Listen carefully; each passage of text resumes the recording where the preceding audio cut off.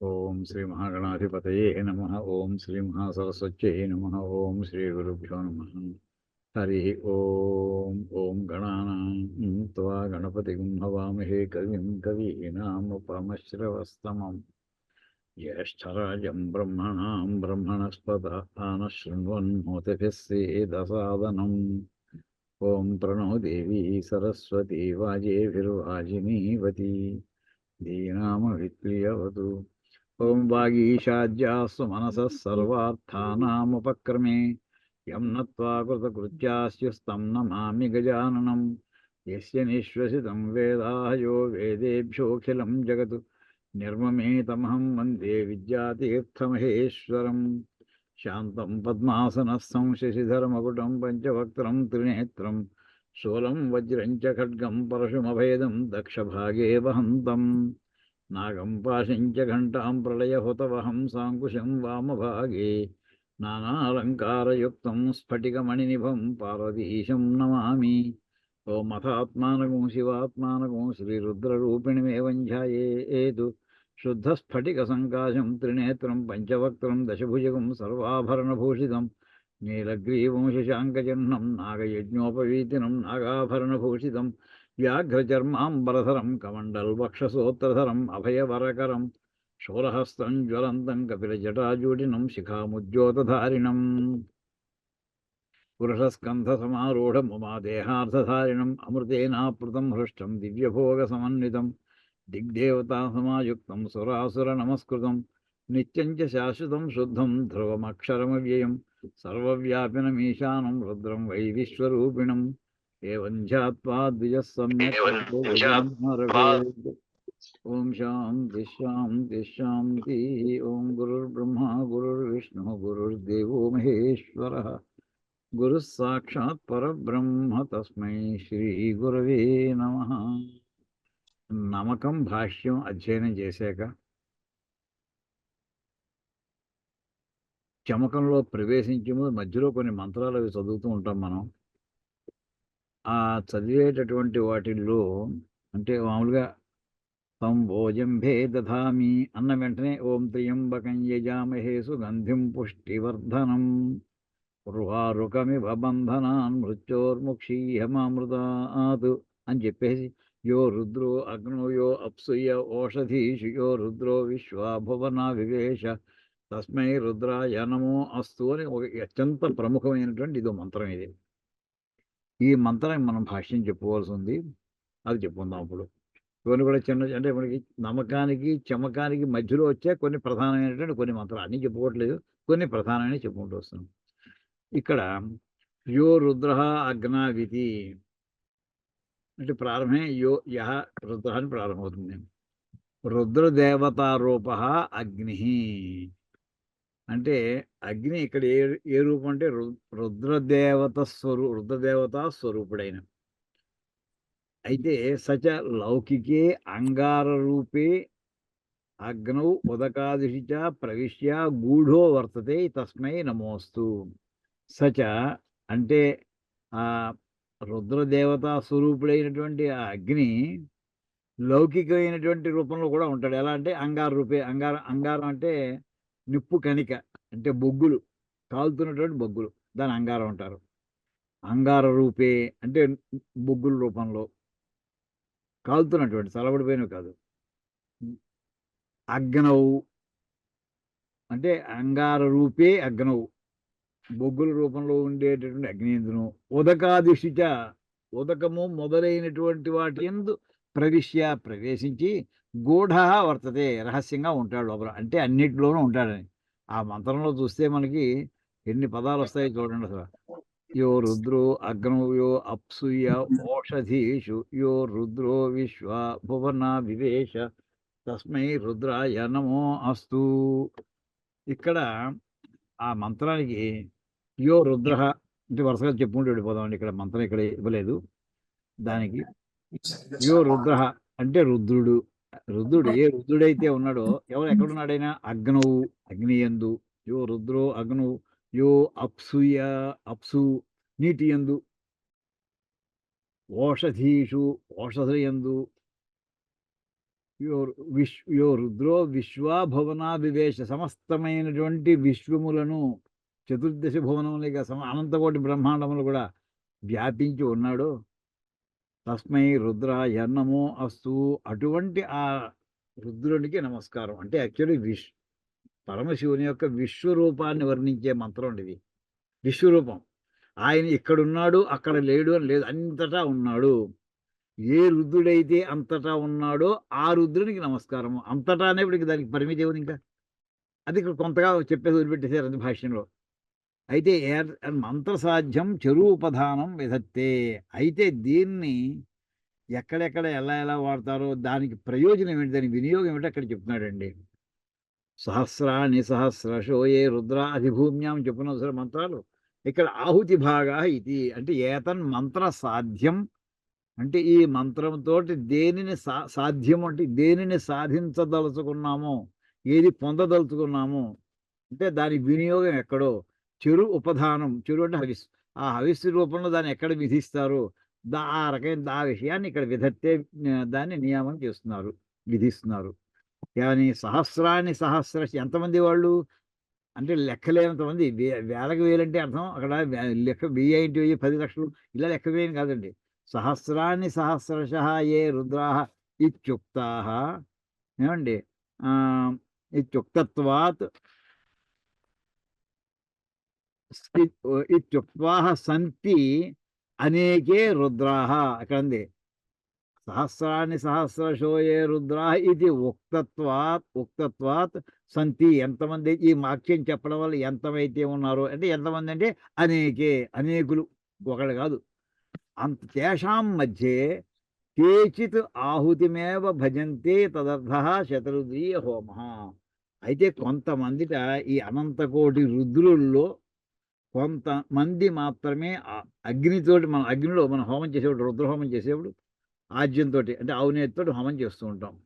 అంటే కేచిత్ మాత్రమే, తేషాం మధ్య, ఆ అనంతకోటి రుద్రుల్లో తేషాం మధ్య కొంతమంది, కేచిత్ కొంతమంది మాత్రమే ఆహుతిమేవ భజంతే, వాళ్ళు ఆజ్యం మాత్రమే, ఆవు నేతితో చేసేటువంటి హోమాన్ని మాత్రమే వాళ్ళు స్వీకరిస్తారు. దానికి ఏం చేయాలంటే అలాంటి వాళ్ళ కోసం తదర్థ శతరుద్రీయ హోమ. శతరుద్రీయం అంటే వందలాది రుద్ర శబ్దములు లేదా రుద్రుల గురించినటువంటి ప్రస్తావన వచ్చినటువంటి భాగం అంటే నమ్మకం. శతరుద్రీయం అంటే నమ్మకం అని అర్థం అండి. తదర్థ నమక హోమ, అందుకోసం నమ్మక మంత్రాలు చెప్తూ హోమం చేయడం. అన్యేతు అయితే కొంతమంది ఈ ఆజ్యంతో ఆవునేతితో హోమాన్ని వాళ్ళు స్వీకరిస్తారు. మరి కొంతమంది ఇంకా స్వీకరించారు, వాళ్ళకేమిటిట అన్యేతు హవిహి భజంతే, వాళ్ళ హవిస్సు కావాలని వారు కోరుకుంటారట. తదర్థం ఇమం గవీధుక ధాన్యేన నిష్పాదితం చెరుం నిదధ్యాత్. వాళ్ళకి ఏమిటంటే హవిస్సు తోటి వాళ్ళకి హోమం చేయాలి. అది ఏ ఏ హవిస్సు ఎలా తయారవుతుందంటే, మామూలుగా అయితే మనం బియ్యంతో చేస్తాం. బియ్యం ఎలా వస్తుందంటే ధాన్యం నుంచి వస్తుంది. ధాన్యం ఏ రకరకాల ధాన్యాలు ఉన్నాయి. ఇదివరకైతే కొన్ని పేర్లు చేస్తాం, కృష్ణ కాడుగులని, లేదా ఇంకోటని ఓ పేరుండి, అక్కుళ్ళని ఓ పూర్వం అనేవారు వాళ్ళు. ఇక్కడ గవీధుకం అనేటటువంటి పేరుగినటువంటి ధాన్యము, ఆ ధాన్యం పొట్టు తీసేస్తే వచ్చేటటువంటి బియ్యము, ఆ బియ్యాన్ని పిండిగా చేసుకుని దాంతోటి ఇక్కడ హవిస్సుని నిర్ణయం చేసి ఏర్పాటు చేసి దాంతో హోమం చేయాలట. ఉపధానే సతి హవిర్భాజ్యం అగ్నిం స్వభాగేన శాంతం కరోతి. ఈ హవిస్సు వేయడం వల్ల అగ్ని అతను శాంతిస్తాడట. యస్య యజమానస్య చయనే తదిదం చెరూపధానం క్రియతే తస్యైవ శతరుద్రీయ హోమ సఫలో భవతి. ఏ యజమాని అంటే పీటల మీద కూర్చున్నటువంటి ఏ యజమాని రుద్రహోమం చేద్దామని కూర్చున్నటువంటి వ్యక్తి ఈ మన శతరుద్రీయం అంతా చెప్పిన తర్వాత, అంటే ఆజ్యంతో ఆవునేతితో హోమం చేసిన తర్వాత ఈ మంత్రంతో హవిస్సుతోటి కూడా చేస్తాడో అప్పటికి అతను సఫలుడు అవుతాడు. అంటే అప్పటికి ఫలం సిద్ధిస్తుంది. పడిఘాత అవుతాం చూడండి. యస్య యజమానస్య చేయని, ఎవరైతే పీటల మీద కూర్చున్నాడో హోమం చేస్తున్నాడు, యజమాని అంటారు వాళ్ళని. పీటల మీద కూర్చున్నాడు ప్రధానమైనటువంటి కర్త. తదిదం చెరూపధానం క్రియతే, అంటే ఇక్కడ ఇప్పుడు ఇందాక వర్ణించినట్టుగా ఈ గవీధుక ధాన్యముతోటి ఏర్పాటు చేసిన వచ్చినటువంటి బియ్యంతో తయారు చేసిన హవిస్సుని దాన్ని ఏవైతే చేసుకుని దాంతో హోమం చేస్తారో తస్యైవ శతరుద్రీయ హోమ సఫలో భవతి. అంటే అప్పటికి శతరుద్రీయ హోమం నమ్మకంతో రుద్రహోమం అనేది పూర్తవుతుంది. పూర్తి అయినప్పుడే సంపూర్ణంగా ఫలాన్ని ఇవ్వగలుగుతుంది. అన్యథా శతరుద్రియం హోతమపి అఫలం స్యాత్ ఇది అభిజ్ఞా ఆహు. కొంతమంది ఇందులో విద్వాంసులు ఏమన్నారంటే అన్యథ అంటే ఈ మంత్రం కనుక ఈ ఆఖరి ఏ రుద్రో అగ్నం అని చెప్పే సమయంలో ఆ హవిస్సుతో కనుక వేయకపోతే అప్పటికి నీకు ఫలం రాదయ్యా పూర్తిగాను. అంటే ఫలం రాదా అంటే ఆ ప్రపోర్షనేట్గా తగ్గిపోతున్నట్టు నీవు అనుకున్న ఫలం అంతా నీకు రాకపోవచ్చు అని అని కొంతమంది పండితులు. ఏతచ్చ రుద్రోవా ఏష యదగ్ని. ఇప్పుడు ఇప్పుడు అంతే. ఏతచ్చ రుద్రోవా ఏష యదగ్ని ఇత్యనువాకే ద్రష్టవ్యం అని ఈ మంత్రం గురించినటువంటి ఫలితము దాని విధి విధానాలు అన్నీ కూడా యో రుద్రో అగ్నం అనేటటువంటి మంత్రంలో చూసుకోవాలి అని అక్కడ ఈ రకంగా ఈ మంత్రానికి వినియోగం చాలా ప్రధానమైంది. దానికోసం ఇవాళ ప్రత్యేకించి హోమం చేస్తున్నామండి. మనం ఇక్కడ ప్రతి మాసం కూడా అమావాస్య ముందు చతుర్దశి నాడు, కృష్ణ చతుర్దశి నాడు చండీ హోమం చేస్తున్నామండి. 14 సంవత్సరాల నుంచి చేస్తున్నాం. అవిచ్ఛిన్నంగా జరుగుతోంది. ఇంతవరకు బ్రేక్ రాలేదు. ఈవెన్ కరోనాలో కూడా యాక్చువల్ లాక్డౌన్ పెట్టేసిన మొన్నాడే చండీ హోమం వచ్చింది. ఆవేళ చేయవలసింది. అసలు ఈ వీధిలోకి ఎవడో వచ్చి ప్రశ్న లేదు. కర్ఫ్యూ పెట్టేసి దేశంతో కర్ఫ్యూ. మన పెద్ద విశేషం ఉంది. అయినా ఆవేళ సాహసించి చేసామండి. అపూర్వం అసలు అది. అలా ఆగకుండా అలా అమ్మవారి అనుగ్రహం అనుకుంటుంటా సార్ అది జరగడం అంటాను. అలా చేసినటువంటి దాంట్లో మనం ఏం చేస్తున్నామంటే చండీ హోమంలో భాగంగా రుద్రహోమం కూడా చేస్తున్నామండి. రుద్రహోమం చేస్తాం. తర్వాత మనకి ఇది ధన్వంతర హోమం చేస్తాం. గణపతి హోమం చేస్తాం. ఎప్పుడైనా కొంతమంది వచ్చి చూడాలనుకుంటే ఇక్కడ మనకి ఇప్పుడు రామనగర్ గుండి దగ్గర వెంకటేశ్వర స్వామి గుడి ఒకటి ఉందండి. బాలాజీ నగర్ అని అంటారు. అక్కడికి అంటే నేను ఇందులో ఈ జ్ఞానకాండలోనే అందరూ ఇష్టపడుతున్నారేమో అని చెప్పి అది ఎక్కువ చెప్పలేదు. అంటే ఈ మంత్రం యొక్క అనువాకం దాని ప్రశస్తి వచ్చిందని నేను చెబుతున్నాను. ఎవరైనా వీలైన వాడు చూడదలుచుకుంటే అక్కడికి రావచ్చండి. ఏమండి ఎవరైనా కొంచెం ఉపవాసం ఉండి దానికి ఈ విధి విధానాలని అనుసరించే వాళ్ళు ఎవరైనా ఉంటే పట్టుపంచి కట్టుకుని తెచ్చుకొస్తే అక్కడికి వచ్చి కూర్చోవచ్చు. మధ్యాహ్నం అంతా కూడా ఏర్పాట్లన్నీ ఉంటాయి. సాయంకాలం మధ్యాహ్నం అంటే సుమారు 3:30, 4 ఆ టైంలో రుద్రహోమం జరుగుతుంది. ఒక్కొక్క మంత్రమే నమ్మకంలో వాక్యం చెప్తూ హోమం చేస్తుంటాం. అదంతా అయిపోయిందో అప్పుడు ఈ మంత్రం చెప్తున్నామండి ఇది. ఈనాడు తెలీదు. చేస్తున్నాం అంతే. అందులో పుస్తకంలో రాసేది చేసుకుంటూ వెళ్ళిపోతున్నాం. కానీ ఇప్పుడు తెలిసింది ఆ మంత్రం యొక్క యో రుద్రో అగ్నో యొక్క వినియోగం ఎంత ప్రధానమైందో ఇక్కడ మనకు అర్థమవుతుందండి. అందుకోసం ప్రత్యేకించి దానికోసం ఈ ఈ వివరణ అంతా చెప్పుకుంటూ వచ్చాను. తర్వాత ఈ మంత్రం అయిపోయిన తర్వాత ఇంకొక మనకి ప్రధానమైనటువంటి మంత్రాల్లో గణానాంత మంత్రం కూడా అందులో హోమంలో వస్తుందండి. ఈ గణానాంతం మనం లేకుండా ఏ కార్యక్రమం ఎవ్వరూ ప్రారంభించుకోం మనం. కానీ దీని మంత్రానికి అర్థం ఏమిటి? అసలు ఎప్పుడైనా మనం పట్టించుకున్నామా? ఏదో గణపతి గురించి ఉంది. గణానాం గణపతి అంటున్నారు కదా! గణాలని ఆ మాత్రం అర్థమవుతుంది. కవిం కవీనాం అంటున్నారు. కవుల్లో కవి అంటున్నారు. కానీ కొంచెం వివరంగా చూద్దామండి ఒక్కసారి. అందుకోసం ఈవేళ ఈ మంత్రాన్ని కూడా ఇంకైతే ఇది కూడా రుద్రహోమంలో భాగంగా వస్తుందండి మనకి. అందుకోసం చెప్తున్నాను ఇది. ఇక్కడ ఈ మంత్రం అసలు గణానాంత్వా గణపతిం హవామహే ఈ మంత్రం ఎక్కడిది అసల? అంటే ఇది మన తైత్రీయ సంహితలో 2వ కాండలో 3వ పన్నంలో 14వ అనువాకంలో వస్తుందండి ఇది. ఏమండి? అక్కడ వస్తుండగా అక్కడ ఈ మంత్రాన్ని ఎక్కడ చెప్పాలంటే పురోనువాకము అంటారు. అంటే ఇంకొక మంత్రం ఏదో ఒకటి చేస్తూ ఉండగా యజ్ఞం చేసేప్పుడు, యాగం చేసేప్పుడు ఒక మంత్రం ఉంది. బ్రాహ్మణస్పత్యమేకాదశికపాలం నిర్వపేత్ గ్రామకామః అని ఒక వాక్యం ఉందండి. ఆ యజ్ఞం చేసేప్పుడు ఈ మంత్రం చదివేప్పుడు దానికి పురోను వాక్యం అంటే ముందర చదవాల్సినటువంటి వాక్యం ఏంటంటే ఇదిట. ఈ గణానాంతో మంత్రం చదివి అప్పుడు తర్వాత ఆ మంత్రం చెప్పి మిగతా హోమం చేసుకుంటాడు. అయితే ఇక్కడ మన ఉద్దేశం ఇప్పుడు ఏంటంటే ఈ గణానాంతో మంత్రం యొక్క అర్థం ఏమిటి? ఇక్కడ చూడండి. దీనికి 2 భాష్యాలు లభించాయి. ఒకటి మనకి సాయణ భాష్యం అంటే విద్యారణ్య భాష్యం ప్రసిద్ధిలో ఉన్నటువంటిది. రెండోది భట్ట భాస్కర్ భాష్యం. ఇక్కడ గణానాంత్వా గణపతిం హవామహే కవిం కవీనామనం ఏదైతే ఉందో ఇది బ్రహ్మణాం బ్రహ్మణస్పతే. బ్రహ్మణాం బ్రహ్మణస్పతి అంటే బ్రహ్మము అనే మాటకి అర్థం ఏంటంటేనండి మంత్రము అని అర్థం అండి. అంటే వేదము అని అర్థం. ఒక అర్థం బ్రహ్మం అనే మాటకి నిర్గుణ పరబ్రహ్మం ఇలాగా ఉంది. సగుణ బ్రహ్మం కూడా మామూలుగా వాడుకుంటాం. కానీ బ్రహ్మం అనేప్పుడు నిర్గుణ పరబ్రహ్మమే తీసుకుంటాం. కానీ రెండో అర్థం వేదం కూడా ఉందండి. మనం అస్మాడు చెబుతూ ఉంటాం బ్రహ్మకర్మ సమారభి అంటుంటాం. బ్రహ్మకర్మ అంటే అక్కడ వేదోక్తమైన కర్మాన్ని నేను ప్రారంభిస్తున్నాను అని. అలాగే ఇక్కడ బ్రహ్మణాం బ్రహ్మణస్పదే అంటే వేద మంత్రములు అయితే ఎన్ని అనంత కోటి అనంత మంత్రాలు ఉన్నాయో ఆ మంత్రాలన్నింటి కూడా అధిపతి ఈయన. అంటే ఏమిటంటే మామూలుగా వేదంలో ఉన్న ప్రతి మంత్రానికి కూడా ఒక దేవత ఉంటారండి. ఆ ఫలం ఇవ్వాలి. ఆ మంత్రాన్ని ఉపాసన చేస్తే ఫలం ఇచ్చేవాడు ఒకడు ఉండాలి. ఓ చైతన్య స్వరూపుడు ఉండాలి. ఆ చైతన్య స్వరూపుడు ఏమంటారంటే అధిష్టాన దేవత అంటారు. ఆ మంత్రానికి అధిష్టాన దేవత. ఒక్కొక్క మంత్రానికి ఒక్కొక్క మంత్రం దేవత పేరు ఉంటుంది.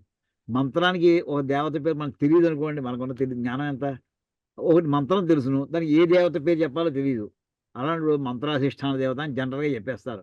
ఏ మంత్రం చదివో ఆ మంత్రం ఆ వాక్యానికి అధిష్టాన దేవత అంటారు. అలాగే ఇక్కడ బ్రహ్మణాం బ్రహ్మణస్పతి అనేది దాని అర్థం చెప్పారంటే కృత్స్న మంత్రపతే. మొత్తం వేదశాఖలు ఎన్నైతే ఉన్నాయో, అంటే 4 వేదాలు అందరికీ తెలుసును. 4 వేదాలు ఋగ్వేద సామ అథర్వణ వేదాల్లో ఎన్ని మంత్రవాక్యాలు ఉన్నాయో, అనంతకోటి మంత్రవాక్యాలు ఉన్నాయనుకోండి. మామూలుగా అనంతావై వేదాహ అని వేదంలో వాక్యం ఉంది. మొదట్లో భరద్వాజ మహర్షి తపస్సు చేసినప్పుడు ఆయనకి మొత్తం అక్కడ వేదం మీద ఆయన రీసెర్చ్ చేద్దామని బయలుదేరాట. చిన్నప్పటి నుంచి ఆయన బుద్ధి కుశాగ్ర బుద్ధి. ఆయన చిన్నప్పుడే ఉపనయనం అయిపోవడం, వేదాంగాలు చదువుకోవడం, వేదార్థం చేసుకోవడం, దాని మీద అన్వయం చేసుకోవడం ప్రయత్నం చేస్తుంటే జీవితకాలం అంతా కూడా 100 ఏళ్ళు ఆయుష్ అనుకుంటే 100 ఏళ్ల కాలం వరకు కూడా ఆయన వేదాల యొక్క మంత్రాల యొక్క అర్థం తెలుసుకోవడానికి ప్రయత్నం చేస్తున్నారట. 99 ఏళ్ళు వచ్చేసాక ఆయన చూస్తే ఇప్పటికి ఇంకా ఏం చాలా భాగం అవ్వలేదు. అలా ఏదో అయింది చాలా తక్కువ అనిపించి ఆయుష్ పెంచుకునైనా సరే అర్థం చేసుకోవాలని చెప్పి అప్పుడు ఇంద్రుడి గురించి తపస్సు చేశారట. ఇంద్రుడు అంటే ఏంటంటే ఇంద్రుడు బ్రహ్మవేత్త. మామూలు మన వేదాల ప్రకారం అంటే పరబ్రహ్మ స్వరూపం. అతన్ని ఆశ్రయిస్తే అతనికి వేదార్థం తెలుస్తున్న ఉద్దేశంతో ఇంద్రుడిని ఆశ్రయిస్తారు. పురాణాల్లో చెప్పేటువంటి ఇంద్రుడు ఆ లౌకిక ఆ కథలు వద్దండి. ఇప్పుడు మనం వేదం గురించి మాట్లాడుకుంటాం కానీ వేదంలో చెప్పబడిన ఇంద్రుడు బ్రహ్మవేత్త. అతను పరబ్రహ్మ స్వరూపం తెలిసినటువంటి వాడు. అది మనకి బ్రహ్మసూత్రాల్లో కూడా ఇంద్రుడి కథ వచ్చిందండి. అలాగా అతను చేస్తే ఆయన ప్రత్యక్ష ఏం కావాలంటే నాకు 100 సంవత్సరాల ఆయుష్ కావాలి అన్నాడు కుర్రాడు. భరద్వాజుడు కుర్రాడు ఇచ్చానన్నాడు. ఆయన వెళ్ళిపోయాడు. మళ్ళీ ఆ 100వ సంవత్సరం లగాయదు ఆయన అనుగ్రహించి లగాయదు. మళ్ళీ 199 ఏడు దాకా మళ్ళీ తపస్సు చేశాడండి ఈ భరద్వాజుడు. చేసిన ఇంకొంచెం మాత్రమే అర్థమైనట్టు అనిపించింది. మళ్ళీ తపస్సు చేసాడు రెండోసారి, మళ్ళీ ఇచ్చాడు, ఇంకోసారి చేశాడు. ఇంకా ఆయన అనుమానం వచ్చింది, ఏం చేస్తున్నారు అబ్బాయి అని అన్నట్టు. నేను వేదాలను అర్థం చేసుకోవడానికి ప్రయత్నం చేస్తున్నాను, ఆయుష్ మీరు ఇచ్చిన ఆయుష్తో అన్నట్టు. ఆయన ఆశ్చర్యపోయాడు. అది ఈ జన్మలో అవుతుంది అనుకుంటున్నావా? నువ్వు ఎన్నిసార్లు నీకు ఇచ్చినా కానీ ఇది సరిపోదు, నువ్వు ఇంతవరకు తీసుకుని ఎంతో తెలుసునా అని చెప్పి అక్కడ ఒక్కసారి వేదాల స్వరూపం చూడని చెప్పి అలా చూపించేవాడికి దివ్యశక్తితోటి వేదాలు పెద్ద పెద్ద పర్వతాల్లా కనిపించేయటండి. పెద్ద పెద్ద పర్వతాల్లాగా అవి వేదాలు. నువ్వు 300 సంవత్సరాలు ఇప్పుడు తపస్సు చేసావు, చూసావా ఎంత సంపాదించి అని చెప్పి గుప్పిడితో ఇసుక తీసి ఇది నువ్వు పట్టుకున్నది. ఈ 300 సంవత్సరాల్లో నువ్వు వేదాల్లో విషయాన్ని అర్థం చేసుకుని ఇంత మాత్రమే. కానీ నేర్చుకోవాల్సిన ఎంతో చూసావా పర్వతాలు ఎప్పటికవుతున్నది అవ్వదు, దాని అనుగ్రహం ఉండాలి అని చెప్పి తన యొక్క శక్తితోటి చూపించాడు. ఆ వేదార్థ స్వరూపాన్ని ఆయన అవగతం చేసుకున్నాడు. మనకి చెప్తూ అక్కడ చెప్తారు అనంతావై వేద. వేదములు అనంతములయ్యా, నీకు తెలియనంత మాత్రాన అవి తెలివి తక్కువ కాదు, నీకు తెలియనంత మాత్రాన అవి లేనివి కాదు, అపూర్వమైనటువంటిది అని చెప్తూ అన్ని అనంతమైనటువంటి వేదములలో ఎన్ని మంత్రాలు అయితే ఉంటాయో, కృత్స్నం అంటే కాంప్రహెన్సివ్ అని అర్థం అండి. ఆల్ మంత్రాస్, అన్ని మంత్రములు కూడా అన్ని ఒక్కొక్క మంత్రం ఒక్కొక్క దేవత ఉన్నాడు. అనంతకోటి మంత్రాలు అనంతకోటి మంది దేవతలు విడిగా, వీళ్ళందరికీ కూడా దేవతత్వం ఎవరంటే గణపతి. అదండి అతని ఆ మంత్రం చెప్పడం వల్ల బ్రహ్మణాం బ్రహ్మణస్పతే అంటే హే కృత్స్న మంత్ర సమస్త మంత్రములకు ఆఖరి మంత్రం అధిష్టానం అధిపతి ఎవరంటే అధిష్టాన దేవత గణపతి. సమస్త మంత్రాలకి ఇంకా ఆ పేరు ఈ పేరు మధ్యలో ఎవరి పేర్లు ఇంటర్మీడియట్ పేర్లు ఎవరికి చెప్పక్కర్లేదు అసలు, గణపతి పేరు చెప్తే చాలు. ఇంకా రెండోది గణానాం గణపతి ఉంది కదా, గణములలో గణపతివి అని అర్థం అండి. గణానాం అంటే షష్ఠీభక్తి బహువచనం. గణస్య గణయో గణానాం, గణములకు లేకపోతే గణముల యొక్క అన్ని గణముల యొక్క గణపతివి నువ్వు.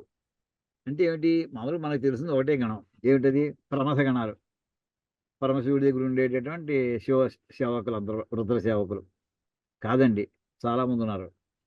మరుద్గణములని కొన్ని ఉన్నాయి, 49 మంది. 7 అందులో మళ్ళీ ఉపశాఖలు 49 మంది. ఇది కాకుండా మనకి చాలామంది ఈ దేవతలు వీళ్ళలో వచ్చేటటువంటి వాళ్ళు మరుద్గణములే కాకుండా ఇంకా రుద్రగణములు 11 మంది మనకి కనిపిస్తూ ఉంటారు. ఇలాగ చాలా చాలా గణాలు ఉన్నాయి. ఏ గణానికి ఆ గణం మామూలు ఒక లీడర్ ఉండొచ్చు, ఒక నాయకుడు. ఇలాంటి గణములన్నిటికీ నాయకులు ఎంతమంది అయితే ఉంటారో అంతమంది నాయకులకి మళ్ళీ పైన నాయకుడు ఈయన. అంటే గణపతులకు గణపతి ఈయన. గణపతులు ఆ గణపతులు అందరినీ కూడా వాళ్ళని పట్టుకొచ్చి ఇక్కడ కూర్చోబెడితే వాళ్ళకి పతి. అలాగా గణానాం గణపతి అనే మాటకి అది చెప్తున్నారండి. అయితే కృత్స్న దేవగణ స్వామిని, కృత్స్న అంటే ఇంక సమస్తం ఎక్కడెక్కడ గణాలు ఉన్నాయో అందరినీ పట్టుకోండి, అన్ని దేవగణాన్ని పట్టుకోండి. వాటన్నిటికీ కూడా అల్టిమేట్లీ ఈయన గణములకు అధిపతి ఎవరయ్యా? అన్ని గణములకి, ప్రమథ గణములను, రుద్రగణములను, లేదా ఇంకో గణములను, ఏ గణముల పేరు చెప్పండి, మరుద్గణములు చెప్పండి, అన్నిటికీ కలిపి ఈ గణములు ఫైనల్ అల్టిమేట్ అథారిటీ ఎవరు? గణపతి. కృత్సనం అంటే ఇంకా బయట వరకు మిగలకూడదండి, ఇంకా అందరిని పట్టుకొచ్చి పెట్టేయాలి గ్రూపులో.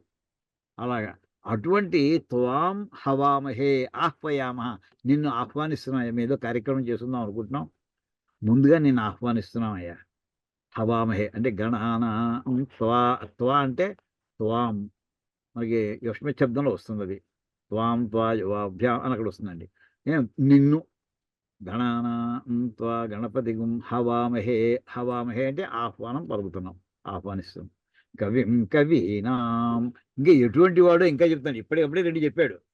ఎటువంటి వాడైనా సర్వమంత్రాధిపతి అని ఒకటి చెప్పారు, రెండోది సర్వగణాధిపతి అని రెండోది చెప్పారు. ఇంతే కాదు, ఇంకా ఉన్నాయి ఆయనకి. కవిం కవీనాం, కవి అనే మాటకి అర్థం ఏంటంటే రెండు మూడు అర్థాలు ఉన్నాయండి. ఒకటి విద్వాంసుడు అని అర్థం కవి అంటేను. అంటే కవులలో నువ్వు కవివి, లేదా కవులకు కవివి. అంటే విద్వాంసుడు అంటే ఏమిటనమాట? విద్వాంసులు అంటే సమస్తమైనటువంటి విషయ జ్ఞానము, గ్రంథ ప్రజ్ఞానము అనుభూతిపూర్వకంగా పొందినటువంటి వాళ్ళు విద్వాంసులు అని చెప్పబడేది. అటువంటి కవీనాం విదుషాం మధ్యే ప్రశస్తం విద్వాంసం, అది కవిం కవీనాం అంటే. ఏమండి అంటే కవులందరికీ కూడా గొప్ప కవి అని ఒక అర్థం అండి. రెండోది ఏమిటంటే కవి క్రాంతదర్శి అని ఇంకో మాట ఉందండి. క్రాంతదర్శి అంటే రవి కాననితో కవి కాంచును కదా అని మాట ఉందండి మనకి. అంటే సూర్య కిరణము ఎక్కడికి వెడుతుందో అక్కడక్కడలా సూర్యుడు చూస్తూ ఉంటాడు అని అర్థం. తన కిరణాలతోటి ఎక్కడ వ్యాపించగలడో అంతవరకు ఉన్న విషయం అంతా కూడా సూర్యుడికి తెలుస్తుంది. కానీ కాంతి కిరణం వెళ్ళలేని తోటి సూర్యకిరణమే వెళ్ళలేకపోయింది. ఆ విషయం అక్కడి నుంచి ఆ సూర్యకిరణం వెనక్కి ఫీడ్బ్యాక్ ఏమిస్తుంది అంటే సూర్యుడు చూడలేడు చీకట్లో జరుగుతున్నటువంటి విషయాలు. కానిట కవి మాత్రము ఆ చీకట్లో పగలు ఎలాగా చూడగలడు, చీకట్లో జరుగుతున్నటువంటి కాంతి లేని చోట ఉండేటువంటి విషయాన్ని కూడా గ్రహించగలటండి. అది క్రాంతదర్శి అనే మాటకు అర్థం. అందుచేతనే వాల్మీకి మహర్షి సీతారాములు ఏకాంతంగా ఉన్నప్పుడు ఏం మాట్లాడుకున్నారు అది తెలుసు. లేకపోతే హనుమంతుడు తన మనస్సులో తాను ఏమనుకున్నాడు సుందరకాండలో, ఎన్నిసార్లు ఆత్మహత్య చేసుకుందాం అనుకున్నాడు, ఆ మాట వాల్మీకి తెలిసిపోయింది. ఆయన హనుమంతుడు బయటకు వచ్చి చెప్పాడా, నేను ఇలా కాసేపు సూసైడ్ చేసుకుందాం అనుకున్నాను సీతకాలంతో, ఎవరు ఆయన ఇలాంటి మాటలు ఎక్కడ చెప్పడు. ఆయన నెగిటివ్ మాటలు అసలు చెప్పడు. అది ఎలా తెలిసింది వాల్మీకి మహర్షికి? ఆయన క్రాంతదర్శి గనక, కవి గనక. అలాగే వ్యాస మహర్షికి, వీళ్ళు ఏం చేస్తున్నారు పాండవులు అరణ్యంలో కూర్చొని, వీళ్ళు మామిడికాయలు కొబ్బరికాయలు కోసుకుంటున్నారు అంతే, వీళ్ళు ఎక్కడ యుద్ధానికి సిద్ధం అవ్వట్లేదు. పరిగెట్టుకు వచ్చాడు పాపం ఆయన. వచ్చి అరే కూర్చోవడం కదరా, ఆ కాయలు ఈ కాయలు తింటూను, వీళ్ళు తపస్సు చేయండి వెళ్ళి పాశుపతాస్త్రం సంపాదించుకోవాలి. ఆయన వచ్చి ప్రేరేపణ చేస్తే అప్పుడు వెళ్ళాడు అర్జునుడు పాశుపతాస్త్రం కోసం. ఎంచేత వీళ్ళు ఏం చేస్తున్నా ఆయన ఎక్కడున్నా కానీ గ్రహించగలిగాడు ఆయన. క్రాంతదర్శి మహర్షి అని ఈ రకంగానండి. అంటే కవి అనే మాటకి క్రాంతదర్శి, అత్యంత రహస్యంగా జరిగే విషయాలు కూడా చూడగలడు. అంటే కవులు వాళ్ళు. అటువంటి కవులందరికీ కూడా గణపతిని చూసేప్పుడుగా వీళ్ళ నోట్లో మాట రాదు. ఇంకేత వీళ్ళ మనస్సుల్లో ఏమున్నాయో ఎవరికి తెలుస్తుంది? ఎక్కడెక్కడ ఎవరెవరి మనస్సుల్లో ఉన్నాయో ఈ కవులకు తెలుస్తుంది. ఈ కవి యొక్క ఇంత గొప్ప కవి తాను సీక్రెట్గా పెట్టుకుందాం అనుకుంటాడు, కానీ గణపతికి అది కూడా ఓపెన్ అయిపోతుందండి. అందుచేత కవిం కవీనాం, కవీనాం కవి, అది రెండో అర్థం అండి. మూడో అర్థం ఇంకోటి చెప్తారు, కవి అంటే సృష్టికర్త అని. అంటే ఒక్కొక్క సృష్టికర్త, ఇప్పుడు ఎన్ని బ్రహ్మాండాలు ఉన్నాయి, ఎన్ని యూనివర్సులు ఉన్నాయి? మన సిద్ధాంతం ప్రకారం ఇన్ఫైనైట్ నెంబర్ ఆఫ్ యూనివర్సెస్ అండి. అంటే వేదాంత పరంగా కానీ ఫిజిక్స్ పరంగా కానీ ఎలా చూసినా, కాస్మాలజీలో కానీ ఇన్ఫైనైట్ నెంబర్ ఆఫ్ యూనివర్స్. అంటే దాని యూనివర్స్ అనట్లేదు, ఇప్పుడు మల్టీవర్స్ అంటున్నారు. మల్టీ అంటే మినీ, ఏంటంటే ఇంకా చెప్పలేము. ఇంకా ఒక్కొక్క బ్రహ్మాండాన్ని సృష్టించడానికి ఒక బ్రహ్మగారు కావాలి. ఇప్పుడు ఎంతమంది బ్రహ్మలు కావాల్సి వస్తారు? అనంతకోటి బ్రహ్మలు కావాల్సి వస్తారు. ఏమండి ఇప్పుడు వీళ్ళందరినీ అజమాయి చేసి సూపర్వైజ్ చేసేవాడు ఎవరు? ఈయనటండి, గణపతి అండి. కవీనాం, సృష్టికర్తలందరినీ, అది వీళ్ళెవరు? ఈ సృష్టికర్తలను సృష్టించేవాడు ఎవరు? సృష్టికర్తను కూడా సృష్టించేవాడు గణపతి అండి. అది ఒక అర్థం, మూడో అర్థం చెప్తారు. ఇలా కవీనాం. ఇంకా తర్వాత పదం ఉపమశ్రవస్తమం, అది మాట్లాడండి. ఉపమశ్రవస్తమం అంటే ఇది మామూలుగా మనం ఎలా చదువుతూ ఉంటానండి, పొరపాటు చదవని చెప్తానండి. మామూలు ఉప అనే పదం ఉంది కదా, ఉప అక్కడ ఆపుతామండి. మశ్ర వస్తమం చాలా తప్పండి. ఉపమ శ్రవస్తమం, ఇంకా పెడితే ఉపమ శ్రవ తమం అదండి దాని పదవిభాగం మధ్యలో సందులు ఉన్నాయి. ఉపమా అంటే పోల్చడానికి యోగ్యమైనటువంటిది ఉపమాలంకారం. శ్రవ శ్రవణము సంబంధించింది. తమం సుప్రీం అన్నిటికంట. మనకి శివతర శివతమ చెప్పుకున్నామండి. ఆ తమ శబ్దం ఇక్కడ ఉందండి. స్తమం కాదు అది. ఉప ఉపమ శ్రవ స్తమం కలిపి చెప్పేస్తాం. శ్రవస్తమం చెప్పచ్చు. ఇక్కడ శ్రవస్తమం అనే మాట ఉపమ శ్రవస్తమం అంటే ఎన్ని అర్థాలు ఉన్నాయి చూడండి. ఇక్కడ ఏమిస్తారు? ఉపమానే ఉపమానత్వేన శ్రవ కీర్తి యస్య అసౌ ఉపమశ్రవా. శ్రవ అంటే కీర్తి అని అర్థం అండి. ఒక అర్థం శ్రవ అంటే కీర్తి. ఏమండి కీర్తిలో శ్రవస్తమం అంటే మాట శ్రవ అంటే కీర్తనుడు. శ్రవస్తం అంటే అత్యంత కీర్తిమంతుడు ఒకడు. ఇలాంటి అత్యంత కీర్తిమంతులు చాలా మంది ఉన్నారు అనుకోండి. చాలా మంది ఉండొచ్చు. విద్యత మనం చెప్పుకున్నామండి. హరిశ్చంద్రుడు ఆకాశాన్ని చెప్పాం కదా, స్వర్గలోకంలో ఆయన కూర్చుండగా పాండురాజు వెళ్ళేవాడికి ఇంద్రుడు కనిపిస్తున్నాడు తప్ప పక్కనే కూర్చున్నటువంటి హరిశ్చంద్రుడి యొక్క రూపం కనిపించట్లేదు, కాంతి కనిపిస్తుందంటే. ఎంత వైభవం అంటే ఎంత తపస్సు చేసి ఉంటాడండి. రాజసూయాగం చేస్తే వచ్చిన ఫలం అని చెప్పుకొచ్చారని చెప్పుకున్నాం మనం. అలాగా ఈ కీర్తి అలాంటి మహానుభావులు ఎంతమందో ఉన్నారు ఈ దేశంలో. ఇక్కడ యజ్ఞాలు చేసి భరతుడు చేసిన దానాలు ఎటువంటివండి అసలు ఊహకంత మనకి సంస్కృత భారతంలో వర్ణిస్తారు అవన్నీ కూడా. ఇలా ఎంతమందో ఉన్నారు అశ్వమేధ యాగాలు చేసినటువంటి వాళ్ళు. ఇలా గొప్ప శతాశ్వమేధ యాగకర్తలు ఉన్నారు. ఇలాంటి వాళ్ళందరూ కీర్తి దశ దిశలా వ్యాపించింది. ఇలాంటి వాళ్ళందరూ కూడా వాళ్ళు కీర్తిమంతులు, మహాకీర్తిమంతులు. అయితే ఇంతమంది కీర్తిలో ఎవరు మనలాంటి వాళ్ళు ఎవరయ్యా గొప్ప కీర్తిమంతుల్లో ఎవరి పేరు ముందర చెప్పాలయ్యా అని ప్రశ్న వేసుకున్నాం అనుకోండి. ఎవరి పేరు ఏంటయ్యా? గణపతి పేరు చెప్పాలయ్యా అంటే పోలికి చెప్పాల్సి వస్తే ఈ కీర్తిమంతులు మంచి ఎవరి పేరు చెప్పుకుని మనం ఉపమానం చెప్పుకుందామయ్యా అంటే ఉపమా పోలిక అంటే ఎవరికంటే అంటే ఉపమానత్వేన ఎవరి ఉపమానం పోలికి చెప్పాలంటే ఇగో ఈ చాలా కాంతిమంతుడయ్యా. ఎలాగ కాంతిమంతుడు? గణపతిలా కాంతిమంతుడని చెప్పుకో, గణపతిలా కీర్తిమంతుడని చెప్పుకో. అంటే గణపతి యొక్క కీర్తి ఎంత గొప్పదో చూసుకోండి. ఆ రకంగా ఒక అర్థం చెప్తారండి. రెండోది శ్రవ అంటే శ్రవణము, వినుట అంటే అధ్యయనం చేయుట.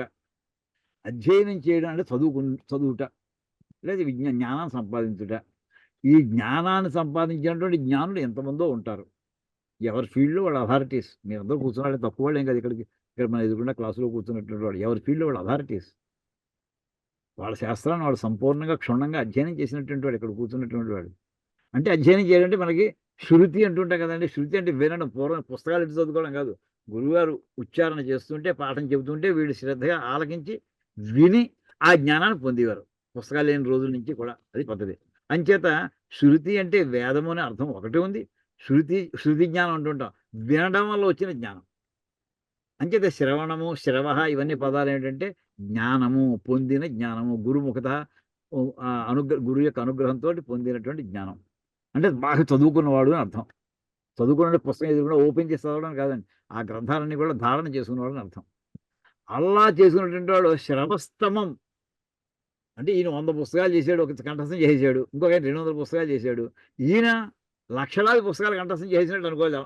శ్రవస్తమం చదివినటువంటి వాళ్ళందరిలోకి కూడా సుప్రీం బాగా చదివినటువంటి వాడు, హయ్యెస్ట్ లెవెల్ ఆఫ్ స్టడీయింగ్ చేసినటువంటి వాడు ఈయన శ్రవస్తమం. అలాంటి వాళ్ళలో అలాంటి వాడు ఇంకా 2-3 ఉన్నారు అనుకోండి. వీళ్ళలో ఎవరిని నేను రిఫరెన్స్గా చెప్పుకోవాలి అని ఎవడో ఎక్స్ వైని అడుగుతున్నాడు అనుకోండి. ఎవరినంటావే? గణపతిని చెప్పవయ్యా. ఉపమా ఈ చదివినటువంటి వాళ్ళు బాగా చదువుకున్నవాడు అని చెప్పడానికి ఒక ఉపమాలంకారం కింద ఎవరిని వాడాలి నేను? గణపతిని చెప్పండి. ఉపమ శ్రవస్తమం అని అక్కడికి అర్థం చెప్తారండి. అంటే కీర్తి అని అర్థం ఒకటి, శ్రవణం అని అర్థం ఒకటి, 2 తర్వాత ఇంకా జ్ఞానం అని అర్థం ఒకటి. ఇలాగా అంటే అత్యంత జ్ఞానప్రదుడు, జ్ఞానవంతుడు 2 కూడా ఆయన జ్ఞాని అని అర్థం వస్తుంది. తర్వాత అంటే ఆయన చెవులు పెద్దవి కనుక, గణపతి చెవులు మామూలుగా మనకి ఏనుగు చెవులు కనుక చెవులు ఎందుకు పెద్దవి అంటే దాన్ని చెప్పడానికి ఎక్కువ చదువు ఎక్కువ లోపల పడుతున్నాయి. అంటే మనకి రాడార్స్ లాగా ఎక్కువ దాని డయామీటర్ ఎక్కువైంది అనుకోండి, అది ఎక్కువ సిగ్నల్స్ క్యాచ్ చేస్తూ ఉంటుందని అర్థం. ఆ సింబాలిక్గా కూడా కొంతమంది చెప్తూ ఉంటారు. గణపతి యొక్క చెవులు ఎందుకు పెద్దగా అంటే ఎక్కువ చదువుకుని ఉంటాడు, చదువుకోవడానికి అవకాశం ఎక్కువగా, సిగ్నల్స్ బాగా క్యాచ్ చేస్తాయి అని అనంతకోటి బ్రహ్మాండాల నుంచి కూడా ఒక అర్థం చెప్తుంటారు. తర్వాత ఇటువంటి ఇప్పుడు ఇందాక కీదృశం త్వాం ఎటువంటి నిన్ను అని అన్నాం కదండి. ఇటువంటి ఈదృశం, కీదృశం అంటే ఎటువంటి, ఈదృశం అంటే ఇటువంటి. ఇటువంటి ఓ గణపతి నిన్ను అంటే మంత్రాలన్నీ సమస్త మంత్రాలకి కూడా అధిపతివి, సమస్త గణములకు అధిపతివి, తర్వాత కీర్తిమంతుల్లో అందరికంటే ఎక్కువవాడివి, కవుల్లో నువ్వు గొప్పవాడివి. ఏమండి ఇంకా వాళ్ళు ఏది చెప్పినా నెంబర్ వన్ ఇతను.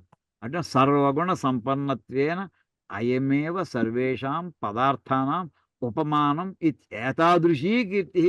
ఇంకా ఇంకా ఈ సబ్జెక్టా ఆ సబ్జెక్ట్ సర్వగుణ సంపన్నత్వేన, ఈ గుణంలో ఈయన అధికుడు, ఇంకో గుణంలో తక్కువ, అటువంటిది లేదు. ఏ గుణం పేరు చెప్పండి, ఆ గుణంలో ఈయన అధికుడు, గుణాధికుడు, అన్ని రకాల కూడా సర్వగుణ సంపన్నత్వేన, సమస్తమైన గుణములను కూడా సంపూర్ణంగా కలిగి ఉండుట చేత అయమేవ ఈయనే సర్వేషాం పదార్థానాం ఉపమానం. ఏ సబ్జెక్ట్ తీసినా కానీ ఉపమానం ఏమంటే ఆ సబ్జెక్ట్ కార్డియాలజీ చెప్పినా ఈయనే చెప్పాలి, లేదా పెథాలజీ చెప్పినా ఈయనే చెప్పాలి, మైక్రోవేల్ చెప్పినా ఈయన చెప్పాలి, చిన్న మాట చెప్తే, లేదా మా సంస్కృతంలో వ్యాకరణం చెప్పినా ఈయనే చెప్పాలి, న్యాయం చెప్పినా ఈయనే చెప్పాలి, మీమాంస చెప్పినా ఈయనే చెప్పాలి. ఇంకా ఈ సబ్జెక్టు ఆ సబ్జెక్ట్ లేదు, ఉపమానం ఇది ఏతాదృశీ కీర్తి, అటువంటిదే నీ కీర్తి. అంచేత ఇంకోటి అతిశయేన ఉపమశ్రవాహ, అంటే ఎక్కువ, చాలా అతిశయన, ఇంకా ఎక్సెలింగ్ అంటారు సార్, అదనమాట. అతిశయన అంటే ఎక్సెలింగ్, ఏ సబ్జెక్ట్ అందరూ ఎక్సెల్డ్ ఇన్ సబ్జెక్ట్. ఉపమశ్రవస్తమ తాదృశం, అటువంటి రాజ్ఞ, ఇంకా ఇంకా ఎటువంటి వాడు జ్యేష్ఠరాజం, రాజ్ఞాం మధ్యే జ్యేష్ఠరాజ తాదృశం జ్యేష్ఠరాజం. అంటే ఏంటంటే ఇప్పుడు ఒక చిన్న ఓ 4 వీధులు వెళితే మన కార్పొరేటర్ అంటున్నామండి, వాడు కింద మీద కనిపించకుండా పైకి ఎగురుతూ ఉంటాడు కార్పొరేటర్ అని. ఓ మున్సిపల్ కౌన్సిలర్ అయ్యాడు, లేదా మేయర్ అయ్యాడు. హైదరాబాద్ మేయర్ అంటే ఇంక చెప్పాలని వీలుందా మనకి, చిన్న ఎగ్జాంపుల్ చెప్తున్నాను. అటువంటి ఇలాంటి చిన్న మేయర్ కదయా స్టేట్ ముఖ్యమంత్రి అయ్యా, ఎంత వైభవం అండి. ఆ వైభవం ఇది కాదయా ప్రధానమంత్రి అయ్యా, అది ఇంకా దేశం అంతగాను. ఓ ప్రపంచం అంతకి కలిపి నాయకుడు కూడా ఉండేవాళ్ళు పూర్వం మనకి. శ్రీరామచంద్రుడు లాంటి వాడు మొత్తం సమస్త భూమండలానికి అధిపతి వాళ్ళు. భరతుడు ఇలాంటి వాడు, ఆ కేటగిరీ వాళ్ళ ఆధిపత్యం అటువంటిది. అలాగే చిన్న చిన్న ప్రాంతాలకి చిన్న లగాయతు భూమండలాధిపత్యం వరకు మనం చూసామే.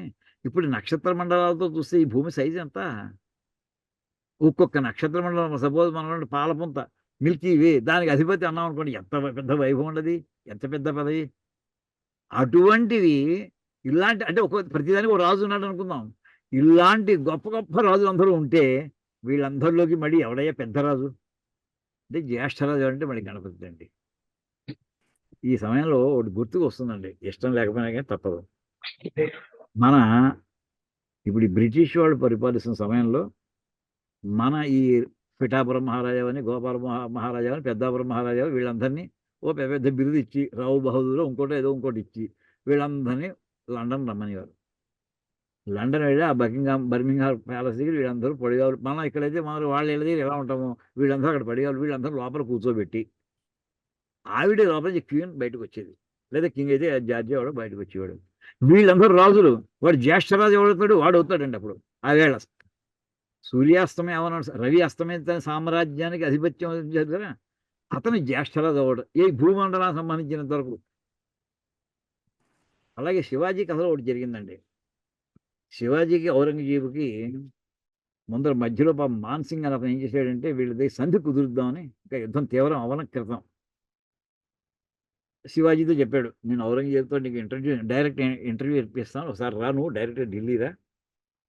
అక్కడ ఔరంగజేబు కూడా చాలా నయవంచకుడు, అతను అంత ప్రేమగాను మాట్లాడినట్టుగా నటించి మధ్యలో తప్పకుండానే శివాజీని గౌరవిద్దాం మనం, దాంతో సమానమైనటువంటి వాడు, ఇన్ని కబుర్లు చెప్పిన తర్వాత శివాజీ, అతనికి తెలుసు ఇక్కడ ఏదో కుతంత్రం చేస్తాడు ఔరంగజేబు అని. అటువంటిది అతను ఏం చేశాడంటే, మొత్తమే మాన్ సింగ్ పెట్టిన బలవంతానికి లోబడి ఢిల్లీ చేరాడండి శివాజీ. వెళ్ళిన తర్వాత ఆ వేళ ఇలాంటి రాజులు దేశంలో ఎక్కడెక్కడ అతని కంట్రోల్లో, ఔరంగజేబు పరిపాలనలో, మొఘల్స్ పరిపాలనలో అందరినీ కూర్చోబెట్టిందంటూ ఇతన్ని ఎన్నో 60వ వరుసలో ఎక్కడో కూర్చోబెట్టారండి శివాజీని. అది నీ స్థానం, నా సామ్రాజ్య పరిపాలకుల్లో, అంటే సామంతదారుల్లో నీ స్థానం అక్కడ, ఇక్కడ కాదు అని చెప్పేవాడికి శివాజీకి అర్థమైంది. ఏది జరుగుతున్నా కూడా వెళ్ళాడు. మాన్ సింగ్ కూడా తెలియదు, తెలుసుంటే పిలిచేవాడు కాదు. వెళ్ళిన తర్వాత కూర్చోబెట్టి శివాజీ నన్ను అవమానం చేసేది చెప్పి అక్కడి నుంచి వెళ్ళిపోతున్నాడండి. వెళ్ళిపోతుంటే అరెస్ట్ చేశారు. అది జరిగింది కదా. అక్కడి నుంచి నన్ను సభకి సమానం చెప్పి, నన్ను ఇక్కడ నీ ప్రతాపాన్ని నాకు చూపించి నన్ను అవమానం చేయడానికి పిలిచావు, కానీ నాకు ఇక్కడ నేను ఉండను. నేను వెళ్ళిపోతున్నాను చెప్పి సీట్ నుంచి లేచాడు, టక్కున అరెస్ట్ చేశారు. ఆ తర్వాత మనకి కథ అంతా మెటాయిల్ రూపంలో బయటికి రావడం అంత పెద్ద కథ అది. అంటే జ్యేష్ఠరాజు అనేవాడు చక్రవర్తులు తమ సామంతరాజులందరినీ పిలిపించి తమ ఓరోలగా ఉంటుంటారు సరే, ఆ పేరోలగం అలాగే అక్కడ కూర్చోబెట్టి కూడా ఎప్పటి నుంచో ఉంది. ఆ రకంగా జరిగినటువంటి దాంట్లో ఇక్కడ విశ్వానికి అధిపతులు, ఒక విశ్వానికి ఒక్కొక్క అధిపతి ఉన్నాడు అంటే అనంత కోటి విశ్వాలకి అధిపతి ఎవరంటే గణపతి అండి. ఇక్కడ అది చెప్పి జ్యేష్ఠరాజు అంటే మొత్తం ఇటువంటి రాజులందరూ ఎంతమంది ఉన్నారు? రాజ్ఞాం మధ్యే జ్యేష్ఠ, జ్యేష్ఠుడు అంటే పెద్దవాడు అయి ఉండాలి శక్తి చేత. జ్యేష్ఠరాజ తాదృశం జ్యేష్ఠరాజం బ్రహ్మణాం బ్రహ్మణస్పద యథోక్త గుణోపేత త్వం. అయితే ఇటువంటి హే గణపతి, ఇప్పుడు చివరికి ఇంత గొప్ప వాళ్ళని వర్ణించాం. అప్పుడు ఆయన ఏమిటి కోరుకుంటున్నాడు ఈ భక్తుడు, ఈ సాధకుడు? నువ్వు ఇంత గొప్పవాడు అయ్యా, ఏ ఫీల్డ్లో నువ్వు తక్కువ నేను చెప్పగలను? ఎందులోని కాదు నువ్వు అసలు రాజ్యాధిపత్యమా, జ్ఞానాధిపత్యమా, లేదా ఇంకో దాంట్లోనా, ఇంకో ఏది చెప్పాను నువ్వే నెంబర్ 1 అవుతున్నావు. అటువంటి నువ్వు నహ అస్మాకం ఊతిభి, మమ్మల్ని అనుగ్రహించాలి, మేము నీ మీద చిన్న కార్యక్రమం చేసుకుంటున్నామయ్యా. ఇలా మేము చిన్నవాళ్ళమే, నీ ముందర ఏ మూలకి మేము పోలం, అసలు కంపారిజన్ లేదు. హస్తి మసిగాంతరం కూడా లేదు. హస్తి ఎక్కడ, హస్తి కాదు అనంత కూడా, హస్తిలు ఎక్కువ నువ్వు, మేము మసిగ మాత్రం అంతకనికే హీనాతిహీనం. అటువంటి మేము చేసే ప్రార్థన దగ్గర మేము ఆహ్వానిస్తున్నాం అని చెప్పాం. నువ్వు వచ్చేప్పుడు ఏం చేస్తావంటే మమ్మల్ని రక్షించడానికి, మా స్థాయిలో మమ్మల్ని రక్షించాలి, మా సమస్యలు మాకున్నాయి, మమ్మల్ని రక్షించడానికి నువ్వు ఏమేమి సాధనాలను తెచ్చుకోవాలో నీకు మామూలుగా పెద్ద గుర్తుండవు. ఇంకేత పెద్దవాడు నువ్వు, మేము నీకు ఆనం. కానీ నువ్వు గుర్తు పెట్టుకుని మా స్థాయికి కూడా ఆలోచించి మాకు ఏం కావాలో, మాకు పెద్ద ఎక్కువ కోరికలే ఉండవు, కానీ ఆ కోరికలు తీర్చడానికి కావాల్సిన వస్తువులన్నింటినీ తీసుకుని రా. వచ్చి ఇక్కడ మా ఇంట్లో చిన్న కుర్చీ లాంటిది కూడా, సరైన కుర్చీ కూడా లేదు నీ సింహాసనం వేయడానికి, ఆ వేసిన ఆసనంలో కాస్త కూర్చోవయ్యా, నువ్వు మమ్మల్ని అనుగ్రహించవయ్యా. ఆ మాట చెప్తున్నాడు ఇక్కడ. ఇక్కడ నహ అస్మాకం ఊతిభి పాలనై నిమిత్తభూతై యుక్త, అంటే మమ్మల్ని పరిపాలించడానికి ఏ ఏ వస్తువులు అవసరమని నువ్వు గ్రహిస్తావో వాటన్నిటిలో కూడుకున్నటువంటి వాడే యుక్త సన్ సాధనం, అంటే అస్మిన్ కర్మణి ఉపవేశనం, అంటే ఈ పని ఎందు, అంటే ఇప్పుడు ఏదో సత్యనారాయణ చేస్తున్నాం, ముందు గణపతి పూజ చేస్తున్నాం అంటే ఇప్పుడు జరగబోయే పని ఎందు ముందర వచ్చి ఇక్కడ నువ్వు కూర్చో, ఇంకెవ్వరు మళ్ళీ మాట్లాడకుండా అందరూ అన్ని పనులు చేస్తారు. ఇంకా చక్రవర్తి రాజాధిరాజు వచ్చి కూర్చుంటే పక్కన నోరెత్తగలడా? ఇంకా అటువంటి నువ్వు వచ్చి కర్మ ఉపవేశనం ఆ సేద ప్రాప్ను, ఒకడు వచ్చి కాస్త కూర్చుని మమ్మల్ని సంతోషపెట్టవయ్యా అని ఇంత గొప్ప అర్థం కలిగేటువంటి మన గణానంతో గణపతి అండి. అంటే ఇక్కడ గణపతి అంటే ఇప్పుడు పార్వతీ పరమేశ్వరు యొక్క పుత్రుడైనటువంటి ఆ గణపతేనా లేదా ఇంకోట అంటే ఇక్కడ గణపతి అనే శబ్దము చేత చెప్పబడుతుంది పరమేశ్వరుడు అండి. అది గుర్తుపెట్టుకోండి. పార్వతీ పరమేశ్వరు యొక్క సంతానంగా చెప్పబడినటువంటి ఇక్కడ, అక్కడ మామూలు కథలు తీసుకున్న కథలు వేరు. ఇక్కడ మంత్రంలో చెప్పినటువంటి భావం ఏంటంటే నిర్గుణ పరబ్రహ్మము, నిర్గుణ పరబ్రహ్మము. దాని యొక్క స్థాయి ఏమిటి? ఇంకా నిర్గుణ పరబ్రహ్మ స్థాయి సమస్త సర్వవ్యాపేది. దానికి సంబంధించిన చిన్న చిన్న పదాలు అది సగుణ బ్రహ్మంలోకి వస్తే ఎలా ఉంటాయో ఆ గుణాలన్నీ చెప్పడం జరిగింది. అంటే ఒక విష్ణువా, రుద్రుడా, బ్రహ్మగార ఈ పేరు మనం వాడమండి, అది పరబ్రహ్మ స్వరూపం. పరబ్రహ్మ స్వరూపం బ్రహ్మణాం బ్రహ్మణస్పదే, అదే తనకి తానే అధిపతి. అక్కడ తనకి కాదనోడు రెండోడు ఎవరు లేరు అని బ్రహ్మణాం బ్రహ్మణస్పదే. జ్యేష్ఠరాజం సమస్త విశ్వాలకి కూడా పరబ్రహ్మే అధిపతి, అది దానికే వర్తిస్తుంది. కవిం కవీనాం, మొత్తం పుట్టనే పుట్టలేదు ఈ కవులందరూ కూడాను, వాళ్ళందరూ కూడా ఆయనే అధిపతి. అంటే పరబ్రహ్మము అని అర్థం తీసుకుంటే అన్ని పదాలకి సంపూర్ణంగా అన్వయం కుదురుతుందండి మనకి అని ఆ అర్థం తీసుకోవాలని ఇప్పుడు ఎందుకు చెప్పొస్తున్నాం అంటే, ఇది మనకి చండీ హోమంలో రుద్రహోమం చేసాం అంటే రుద్రుడు సంబంధించినటువంటి మనకి రుద్రహోమం అంటే శతరుద్రీయ హోమం చేసిన తర్వాత ఇందాక యో రుద్రో అగ్నయో మంత్రం కూడా చెప్పేసిన తర్వాత గణపతి కూడా మంత్రం వేస్తాం, మంత్రంతో చేస్తామండి, హోమం చేస్తాం. అందుకోసం ఆ రుద్రహోమంలో చేసే అంతర్భాగాలుగా వచ్చే మంత్రంగా దీని కూడా అర్థం అని చెప్పుకుంది. సరే, దీని తర్వాత ఇంకో దాంట్లో వెళదాం. ఇది కాకుండా మనకి అత్యంత ప్రధానమైనటువంటి కొన్ని మంత్రాలు ఉన్నాయండి వీటిల్లోనూ. అవేమిటంటే మనం కిందటి వారం నాడు చెప్పుకున్నప్పుడు దక్షిణామూర్తి మంత్రం చెప్పుకున్నామండి. సదసస్పతి అద్భుతం ప్రియమింద్రస్య కామ్యం సనిం మేధామయాశిషం ఏమండి, అదంతా అయిపోయింది. ఉద్దీప్య స్యాత కూడా, అది కూడా మంత్రంలో మనకి దీపం వెలిగించేప్పుడు, దీపారాధన చేసేప్పుడు అది కూడా అగ్ని స్వరూపం. అలా అగ్ని అనే మాటకి ఇంకా చాలా చాలా వస్తుందండి. అగ్ని అనే మాట అగ్నా విష్ణుతో ప్రారంభమవుతుంది చమకం. అందులో అగ్ని అనే 2 అక్షరాలకి అర్థం చెప్పడానికి నా ఉద్దేశం ఒక క్లాసో 2 క్లాసులో పట్టొచ్చండి. చూద్దాం వాడికి ఎంతసేపు పడితే అంతసేపును. ఇప్పుడు ఈ మంత్రం కూడా చెప్పేసి మనం ఇంతవరకు చెప్పుకున్నాం కిందటి వారం. ఉద్దీప్యస్వ జాతవేదో పఘనృతిమో పశుగుశ్చ మహ్యమావ జీవనం దిశోచ. తర్వాత మానో హిగుంసి జాతవేదో గామశ్వం పురుషం జగతు అవిభ్రదగ్న ఆగహి శ్రియామా పరిపాతయ అని ఈ మంత్రం చెప్పుకుని ఇక్కడ ఇందులో చెప్తున్న పూర్తిగా సంపూర్ణంగా టైం సరిపోలేదు కిందటి వారం చెప్పినప్పుడు. మానో హింసీ నహా మా హింసీ, మమ్మల్ని హింసించకయ్యా. హే జాతవేద, జాతవేదుడు అంటే కూడా అగ్ని అని అర్థం అండి. అంటే దీపారాధనలో ఏ అగ్నిని అయితే మనం ఉపాసన చేసి అక్కడ వెనకాల చెప్పినట్టుగా ఆయన ఏం ప్రారంభించుకుంటున్నాం, జాతవేద ఉద్దీప్యస్వ జాతవేద అపఘ్నం నిరుడుతి మమ, నే చేసినటువంటి పాపాలన్నీ కూడా ఈ నిరుడు ఏదైతే ఉంటుందో వాటన్నిటిని తొలగించవయ్యా. అంటే పాపాలను తొలగించి నాకు ఐశ్వర్య ప్రదానం చేయి. ఐశ్వర్య ఏ రూపంలో అంటే పశువుగుశ్చ మహ్యం ఆవహ పశువుల్ని అంటే పాడి పంటలని జీవనాన్ని ఆయుష్ పెంచు, అన్ని పక్కల దశ దిశలా కూడా మాకు సుఖం కలిగేటటువంటి ఆ ప్రదేశాల్లో అన్నింటిలో కూడా మాకు సుఖం కలిగేట్లా చెయ్యి అని ఏ ప్రార్థన చేసిన తర్వాత ఇప్పుడు ఇంకా ఏమని అడుగుతున్నానంటే, హే జాతవేద త్వత్ప్రసాదాత్, అంటే ఓ అగ్నిదేవ, త్వత్ప్రసాదాత్ నీ అగ్ని వల్ల, నీ అనుగ్రహం వల్ల అస్మాత్ మదీయం గవాదికం నిరుతి మా హింసీ, మా పాడి పంటకి సంబంధించినటువంటి ఆవులు ఇంకా గేదెలు ఇలాంటి మొత్తం సంస్థ అయినటువంటి ఈ పశు అంత సంపద ఉందో దాన్ని మా హింసీ, అది హింసించకుండా ఉండేట్లా చూడాలి. మా వినాశయతు, వినాశం కలిగించకుండా ఉండుగాక. ఇక్కడ అగచ్చబ్దేన అంటే ఇక్కడ గవాది వ్యతిరిక్తం గృహక్షేత్రాదికం వివక్షితం అంటే ఇక్కడ నువ్వు అస్మాడు పశువులు అంటే ఇల్లు తీసేయచ్చా?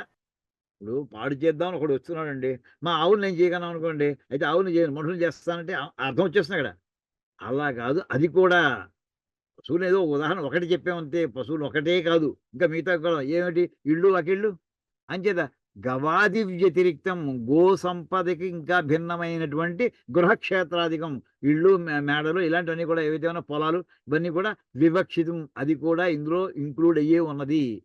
మమ్మల్ని హింసించకు అని చెప్పడంలో వేటికి ద్వారా కూడా మాకు ప్రాబ్లమ్స్ రాకుండా చూడుగాక.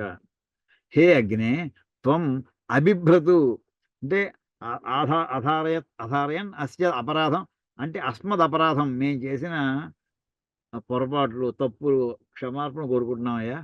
మనసి అధారయిత్వ, మేము చేసిన తప్పులను లెక్క పెట్టుకోకుండా అంటే మనసులో ఉంచుకోకుండా ఏమండి అంటే ఏం చేయాలంటే ఆగహి అస్మత్ అనుగ్రహార్థం ఆగచ్చ, మమ్మల్ని అనుగ్రహించడానికి రావయ్యా. ఇది ఎవరికి సంబంధించిందండి? అగ్నికి సంబంధించింది. ఇప్పుడు ఎందుకు చెప్పొస్తున్నాం అంటే మన చమకంలో ఆల్మోస్ట్ ఎంటర్ అవుతున్నట్టే. మొట్టమొదటి వాక్యమే చమకంలో అగ్న విష్ణు అని ప్రారంభమవుతుందండి. అంటే అగ్న అనే మాట వచ్చిందంటే అగ్నికి సంబంధించినటువంటి ఈ మాటలన్నీ వస్తాయండి. ఇంకా మధ్యలో ఇంకో కొన్ని రుద్ర పదాలు ఉన్నాయి, అవి కూడా చెప్పుకున్నాక అప్పుడు మనం అగ్నితో పూర్తిగా పెడతాం మనం. హే అగ్ని అయిపోయింది. తర్వాత తతః మాం శ్రియా ధన ధాన్యాది సంపద పరిపాతయ సర్వతః ప్రాపయ అని ఇంతవరకు కూడా మేము చేసిన పాపాలన్నింటినీ కూడా క్షమించు, మేము చేసిన తప్పులన్నింటినీ కూడా క్షమించు, నువ్వు మనసులో పెట్టుకోకు.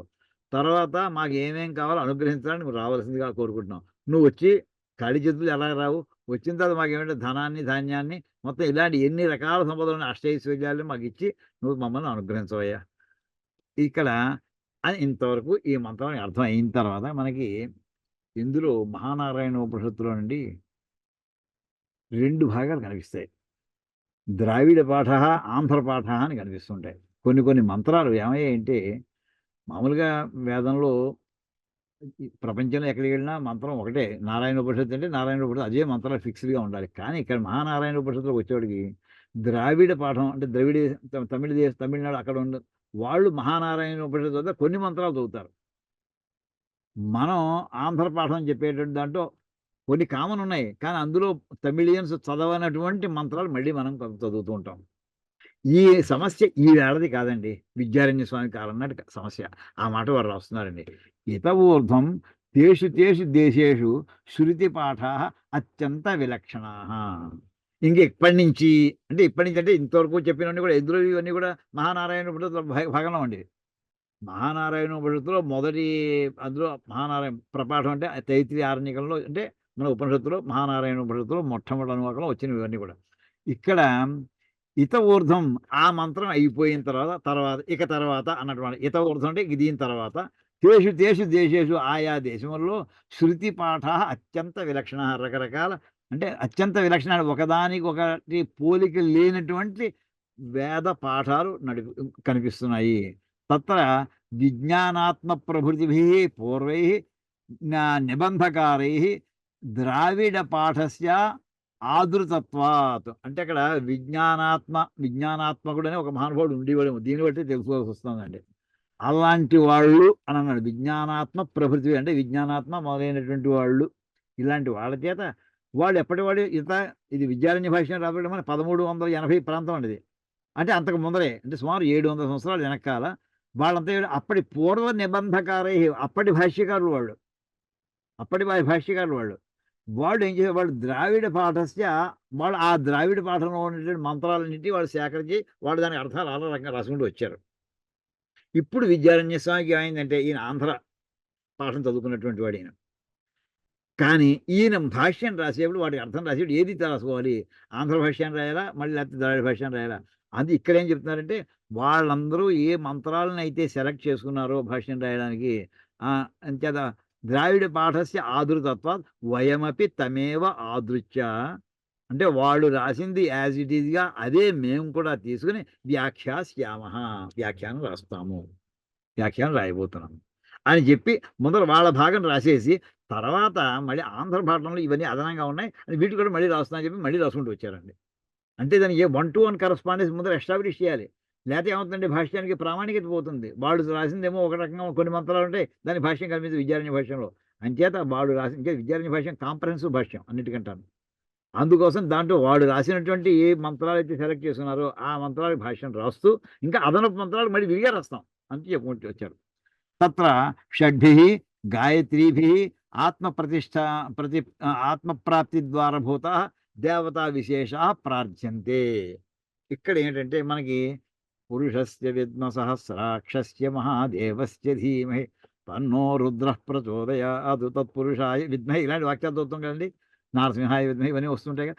ఇవన్నీ వీటిని ఏమంటారంటే గాయత్రి మంత్రాలు అన్నారండి. షడ్ గాయత్రిభి 6 మంత్రాలు ఉన్నాయి. ఇవి 6 గాయత్రి మంత్రాలు. షడ్ గాయత్రిభి ఇవన్నీ ఏమిటి? ఆత్మప్రాప్తి ద్వారభూతా. నీకు ఆత్మజ్ఞానం పొందడానికి అది ఒక గదిలో ఆ గదిలోకి వెళ్ళేవంటే నీ ఆత్మజ్ఞానం కలుగుతుంది. ఆ గది గడప దగ్గర ఉండేటువంటి మంత్రాలు అనుకోండి. ఈ గడపను దాటి లోపలికి వెళ్ళాలి. ఈ 6 గుమ్మాలు ఉన్నాయి ఇక్కడ. ఈ 6 గుమ్మాలు లాంటివయ్యా అంటే అంత ప్రధానమైన ఇంకా జ్ఞానానికి ఒక్క స్టెప్ ముందరదనమాట. ఆత్మప్రాప్తి ద్వారభూత అంటే దీని ద్వారా వెడితేనే ఆత్మజ్ఞానం కలుగుతుంది. ఈ గడప దాటాలిగా లోపలికి వెళ్ళడానికి.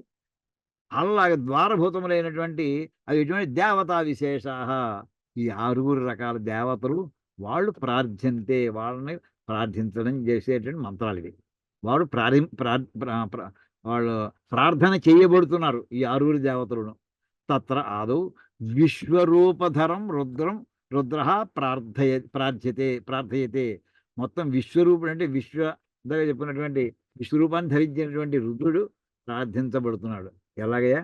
పురుషస్య విద్మ సహస్రాక్షస్య మహాదేవస్య ధీమహి తన్నో రుద్ర ప్రచోదయాతు. ఈ మంత్రానికి అర్థం చెప్పాలి ఎప్పటి నుంచో మన భావన ఉండేదండి. ఇప్పటికి అవకాశం కుదిరింది. ఇంకేదండి ఇవన్నీ ఎంత విశిష్ట అందరికీ వచ్చు నోటికి. ఆల్మోస్ట్ ఒకటి చదువుతుంటే ముందర వాక్యం చెప్పేస్తూ ఉండొచ్చు. తన్నో రుద్ర ప్రచోదయ మొదటి వాక్యం రాకపోవచ్చు, 2వ వాక్యం అందరికీ నోరు తిరుగుతూ ఉంటుందండి. అలాగా ఇక్కడ విశ్వతశ్చక్షు ఇత్యాది మంత్రోక్త విరాట్ పురుష సహస్రాక్ష తస్య పురుషస్య స్వరూపం విద్మ జానేమహి లభేమహి వా. ఇక్కడ పురుషస్య విద్మ సహస్రాక్షస్య మహాదేవస్య ధీమహి. ఇందులో ఎన్ని మాటలు? సప్లై పెట్టుకోవాలి చూసుకోండి. ఏమండి? పవర్ సప్లై పెట్టుకోండి. ఛార్జ్ పెట్టాను చూసుకోలేదు. ఇక్కడ పురుషస్య విద్మ, ఇక్కడ విద్మ అంటే మేము తెలుసుకున్నాము. విద్మ అంటే జానీమహి, వి అండర్స్టూడ్. ఏమండి? పురుషస్య ఆయనే పురుషుడు. ఎటువంటి వాడు? సహస్రాక్షస్య వేలాది సహస్రాక్షుడు. ఇందులో అనుకోకండి మళ్ళీ సహస్రాక్షుడు అంటే మనకి ఇందులో కూడా మన వేదం నమ్మకంలో కూడా వచ్చింది సహస్రాక్ష అని మన సార్లు వచ్చింది. అంటే సహస్రాక్షస్య వేలాది నేత్రములు కలిగిన వాడు, అనంతకోటి అంటే అన్ని సమస్తమును చూడగలిగినట్టు చూసేటటువంటి శక్తి ఉన్నటువంటి వాడు. ఈ సమస్తమును చూసేటటువంటి శక్తి ఉన్న వాళ్ళని ఇక్కడ ఈ మంత్రం ఏది చెప్తున్నాడో అదే ఇంకో మంత్రంలో ఇంకో అక్షరాలు వచ్చిందండి. విశ్వతశ్చక్షురుత విశ్వతో ముఖో విశ్వతో హస్త ఉత విశ్వతస్పాద్ విశ్వతశ్చక్షు. విశ్వం అంతా కళ్ళే ఆయనకి. మొన్న మీకు చెప్పానండి, డెనిస్ గ్యాబర్ గురించి చెప్పానండి ఫోటోగ్రఫీలో. అతను అన్నది ఏంటంటే, ఒక ఫోటోలో చిన్న ముక్క కట్ చేసి అతను చూడని ముక్కని అతను పట్టుకొచ్చి ఇస్తే అతను ఒక టెక్నాలజీ ద్వారా దాన్ని మొత్తం ఫుల్ ఫోటో ఇవ్వచ్చు అని చెప్పాడు. మనం చెప్పుకున్నాం 3 రోజులు, మన 2-3 క్లాసుల వెనకాల చెప్పుకున్నాం డెనిస్ గెబర్ అని గురించి. అది ఎలా చెప్పాడంటే, ప్రతి ఆటము కూడా ఫోటో తీస్తుందయ్యా. రెస్ట్ ఆఫ్ ది యూనివర్స్ అంతకి ప్రతి ఆటం ఫోటో తీస్తూనే ఉంటుంది. కంటిన్యూస్ వీడియో అది. అది ఎవరయ్యా చివరికి తీసేవాడు ఎవరు? పరమాత్మయ్య అని ఆ మంత్రం విశ్వతశ్చక్షు ఇత్యాది మంత్రోక్త విరాట్ పురుష. ఆ విశ్వతశ్చక్షు అని ఇలాంటి మంత్రం ఒకటే మంత్రం కాదు, ఇంకా చాలా ఉన్నాయి మనకి. మహాన్యాసం చూసి బోల్డెని మంత్రాలు ఉన్నాయండి. ఇత్యాది మంత్ర ఉక్త, ఇటువంటి మంత్రములలో చెప్పబడినటువంటి వర్ణించబడినటువంటి విరాట్ పురుష. ఆ విరాట్ పురుషుడు సహస్రాక్ష. మీకు విశ్వం అంతా కళ్ళన్నప్పుడు 1000 ఏమిటండి అసలు? లెక్క ఉందా? అంటే అక్కడ సహస్రం అంటే అనంత కోటి, అంతే, లెక్కలేదు దానికి. అనంత కోటి నేత్రములు కలిగినటువంటి వాడు. ఆయన మాటకి అటువంటి పురుషస్య విరాట్ పురుషస్య, ఈ విశ్వం అంతని కలిపి ఒక పురుషుడిగా భావిస్తే, ఒక ఎంటిటీగా, ఓ లివింగ్ ఆర్గానిజంగా భావిస్తే అది విరాట్ పురుషుడని. అంచేత ఇత్యాభి మంత్రోక్త విరాట్ పురుష సహస్రాక్ష. అది ఇక్కడ సహస్రాక్ష. అటువంటి ఇక్కడ ఇది సహస్రాక్ష ప్రథమాభక్తి ఏకవచనం, సహస్రాక్షస్య షష్ఠీభక్తి ఏకవచనం, రామస్య అన్నట్టుగా. అటువంటి పురుషస్య, అటువంటి విరాట్ పురుషుని యొక్క, అతని గురించి ఇక్కడ అంటే పురుషస్య అంటే అతని యొక్క స్వరూపం, అతని యొక్క స్వరూపమును విద్మ జానీమహి, మేము తెలుసుకున్నామయ్యా, పొందేమయ్యా. తెలుసుకున్నామంటే ఆయన రూపాన్ని మేము గ్రహించగలిగామయ్యా. లభేమహి, మేము పొందగలిగాం. ఇది ఏం చేయాలి ఇప్పుడు? ఒకసారి ఆయన యొక్క రూపం ఎలా ఉంటుందో కనిపించింది, దాన్ని ధ్యానం చేయాలి. రూపం కనిపించి సరిపోదు, దాన్ని ధ్యానం చేస్తే నీకు ఫలం వస్తుంది. అంచేత తదర్థం తస్య విరాట్ రూపస్య మహాదేవస్య. నెక్స్ట్ అండి, ఈ మహాదేవస్య ఆ విరాట్ రూపుడైనటువంటి మహాదేవుని యొక్క స్వరూపం ధీమహి ధ్యాయేమా. ఇప్పుడు మేము ధ్యానం చేస్తాం. ఇప్పుడు అంటే ఏంటన్నమాట, ఆయన విశ్వమంతా వ్యాపించి ఉన్నటువంటి ఆ విరాట్ పురుషుని యొక్క స్వరూపాన్ని మేము గ్రహించగలిగాము. ఇప్పుడు ఆ గ్రహించిన యొక్క రూపాన్ని మేము ధ్యానం చేయబోతున్నాము. అది ఇక్కడ చెప్తున్నాను. అంటే ఇక్కడ చూడండి ఇంకోసారి, విశ్వతశ్చక్షు ఇత్యాది మంత్రోక్త విరాట్ పురుష సహస్రాక్ష. ఈ సహస్రాక్షుడు అంటే విరాట్ పురుషుడు. అతను ఎటువంటి వాడు అంటే విశ్వం అంతా కూడా నేత్రములు కలిగినటువంటి వాడు, అంటే అన్ని చోట్ల నుంచి విశ్వం అంతని చూడగలిగినటువంటి వాడు. అటువంటి తస్య పురుషస్య స్వరూపం, ఆ విరాట్ పురుషుని యొక్క రూపమును విద్మ జానీమహి లభేమహి, మేము గ్రహించగలిగాము, తెలుసుకోగలిగాము, పొందగలిగాము. దాన్ని తదర్థం తస్య విరాట్ రూపస్య. అయితే దాని ఫలం ఏంటి? నాకు దాన్ని ధ్యానం చేస్తే ఫలం వస్తుంది. అందుకోసమని విరాట్ రూపస్య మహాదేవస్య, ఆ మహాదేవుడు అనేది ఒక బిరుదండి శివుడికి. దేవతలందరూ ఒకసారి ఒక సమస్యలో ఇంక్లూడింగ్ విష్ణు అని చెప్తారు, మన వేదంలో వస్తున్నాడు అది. ఈ దగ్గర వచ్చి ఈ పని నువ్వు చేయాలి అని అడిగట శివుడిని వచ్చి. ఆయన అన్నాడు, మీరెవరు చేయలేరా? చేయలేము. ఆ మాట ఒప్పుకోండి, అయితే మీరు ఒప్పుకు నాకు బిరుదు ఇవ్వాలి. ఏంటంటే మీరందరూ దేవుడు, నేను మహాదేవుడని మీరు నన్ను ఒప్పుకోండి, అప్పుడు నేను దిగుతాను రంగంలోకి అన్నట్ట.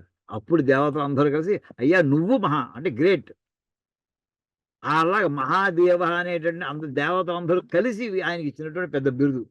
అటువంటి ఆ విరాట్ రూపుడైనటువంటి మహాదేవుని యొక్క ఏం ధ్యానం చేస్తాయా? ఆ రూపాన్ని, ఏ రూపాన్ని ఏదైతే గ్రహించామో ఆ రూపాన్ని స్వరూపం ధీమహి ధ్యాయేమా, ధ్యానం చేసుకుంటాం. తత్ర ధ్యానే, ఆయన ఇప్పుడైతే ధ్యానం చేద్దామని కూర్చున్నాం, మనసు టక్కున లగ్నం అయిపోతుందా? తత్ర ధ్యానే నః అస్మాన్ రుద్ర విరాట్ రూప మహాదేవ ప్రచోదయతు ప్రేరయతు. మేము అందులో కూర్చుంటే మనస్సు ఏదో ఇంతలో ఎవడో అర్జెంట్గా ఎవడో పాలేరు ఎవరో వచ్చారు, ఇంటివాడు ఎవరో వచ్చారు, బంధువులు ఎవరో వచ్చారు, టక్కుని జపమాలు ఇక్కడ పడేసి మనం వాళ్ళ కోసం వెళ్ళిపోతుంటాం. అలా కాదయ్యా, అసలు జపంలో కూర్చున్నా అంటే ఇంక మళ్ళీ లేవకుండా ఉండిట్లా నా బుద్ధిని దాని మీద ప్రేరేపణ చేయవయ్యా. ఏం వచ్చినా సరే నాకు ఇంక అనవసరం, నాకు నువ్వు తప్ప అని. ఆ విధంగా తత్రధ్యానే, ఆ ధ్యానంలో కూర్చున్నప్పుడు అస్మాన్ మమ్మల్ని రుద్ర విరాట్ రూప మహాదేవ, రుద్రుడు అంటే ఎటువంటి వాడు? తన్నో రుద్ర ప్రచోదయాతుందండి. తత్ నహ అంటే ఆ ధ్యానంలో కూర్చున్నప్పుడు నహ మమ్మల్ని రుద్ర పరమశివుడు ప్రచోదయాత్ ఎటువంటి వాడు మహాదేవుడు ఇప్పుడే వర్ణించబడినటువంటి మహాదేవుడు ప్రచోదయాత్ మా బుద్ధిని ఆ ధ్యానం యందు కూర్చుని ఉంటున్నట్లుగా కాస్త ప్రేరేపణ చేస్తూ ఉండుగాక. ఇంకాసేపు చేద్దాం, ఇంకాసేపు చేద్దాం, ఇంకాసేపు చేద్దాం, ఆనందాన్ని అనుభవిస్తుందాం, కంటిన్యూ చేద్దాం ఆనందాన్ని. ఆనందం పొందలేదుగా, ఆనందం పొందుతున్నావు, బ్రేక్ చేయకు, ఇంకాసేపు ఉండి ఇట్లా చేయవయ్యా మమ్మల్ని అంటే ధ్యానం నిర్విఘ్నంగా అలా కొనసాగుతూనే ఉండి ఇట్లా చేయమని ఆ మహాదేవుని ప్రార్థిస్తున్నాడండి ఈ మంత్రంలో. అయితే ఇక్కడ ఇటువంటి రూపం అప్పుడు ఏ రూపాన్ని ధ్యానం చేయాలి?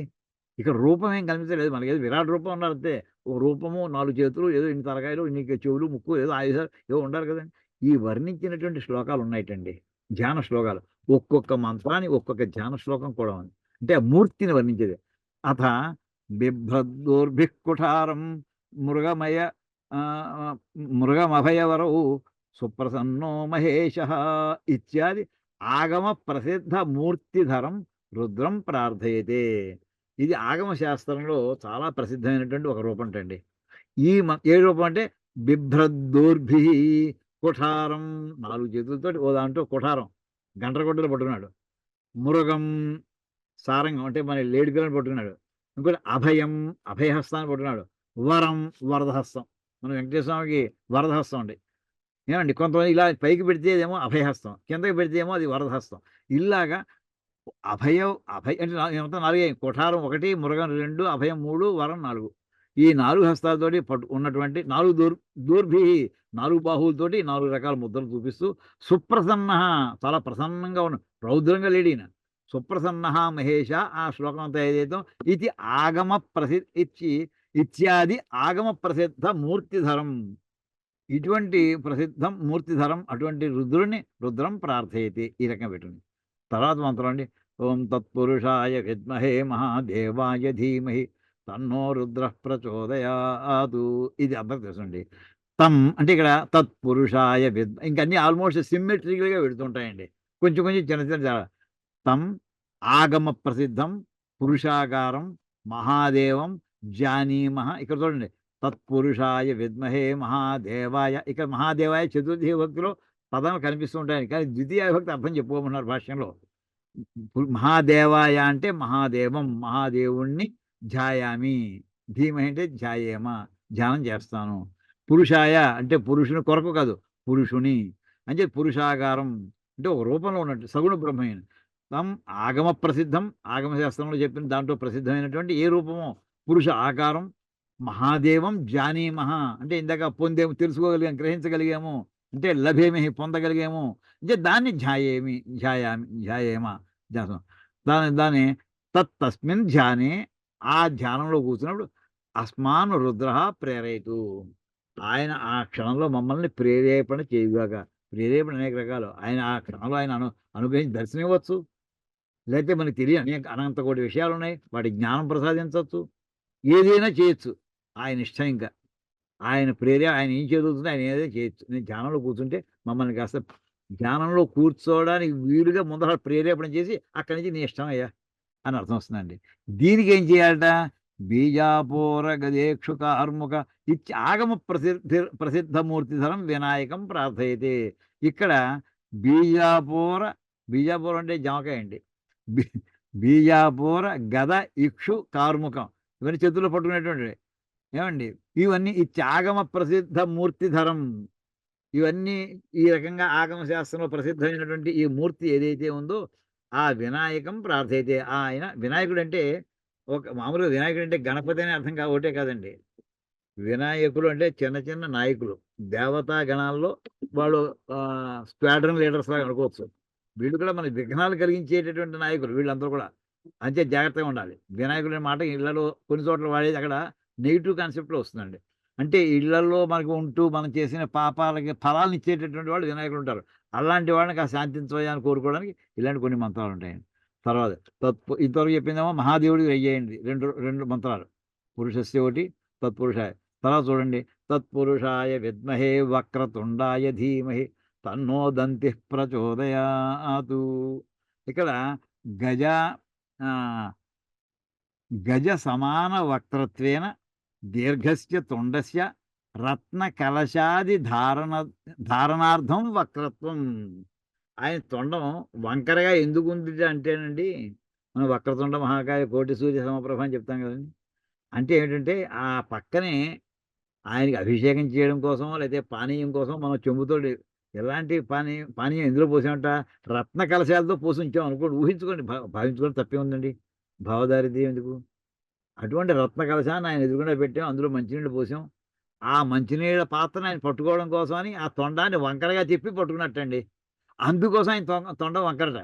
అంచేత గజ సమాన వక్రత్వేన, ఏనుగు తొండంతో సమానంగా ఉండుట చేత, దీర్ఘస్య తొండస్య, పొడుగ్గా ఉండేటటువంటి తొండానికి ఎందుకు ఆ వక్రత్వం వచ్చిందంటే, రత్న కలశాది ధారణార్థం, రత్న కలశము మొదలైనటువంటి వాటిని పట్టుకోవడం కోసమని ఆ వంకరయ్య. ఆ తొండం వంకర కాదు. తొండం వంకర ఏదంటే ఏదో వస్తువుని పట్టుకోవడం కోసం వంకరది. అంచేత మేము ఆయన వంకర ఆపాదించొస్తున్నాం, అది వస్తువుని గ్రహించడం కోసం.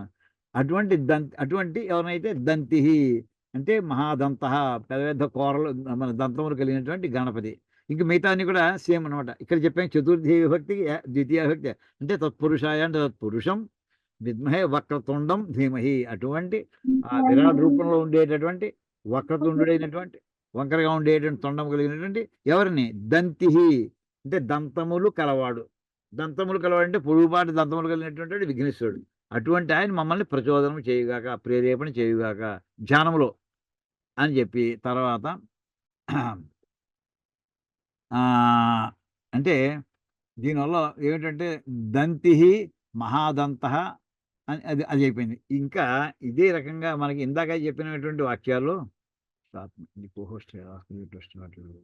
ఓకే.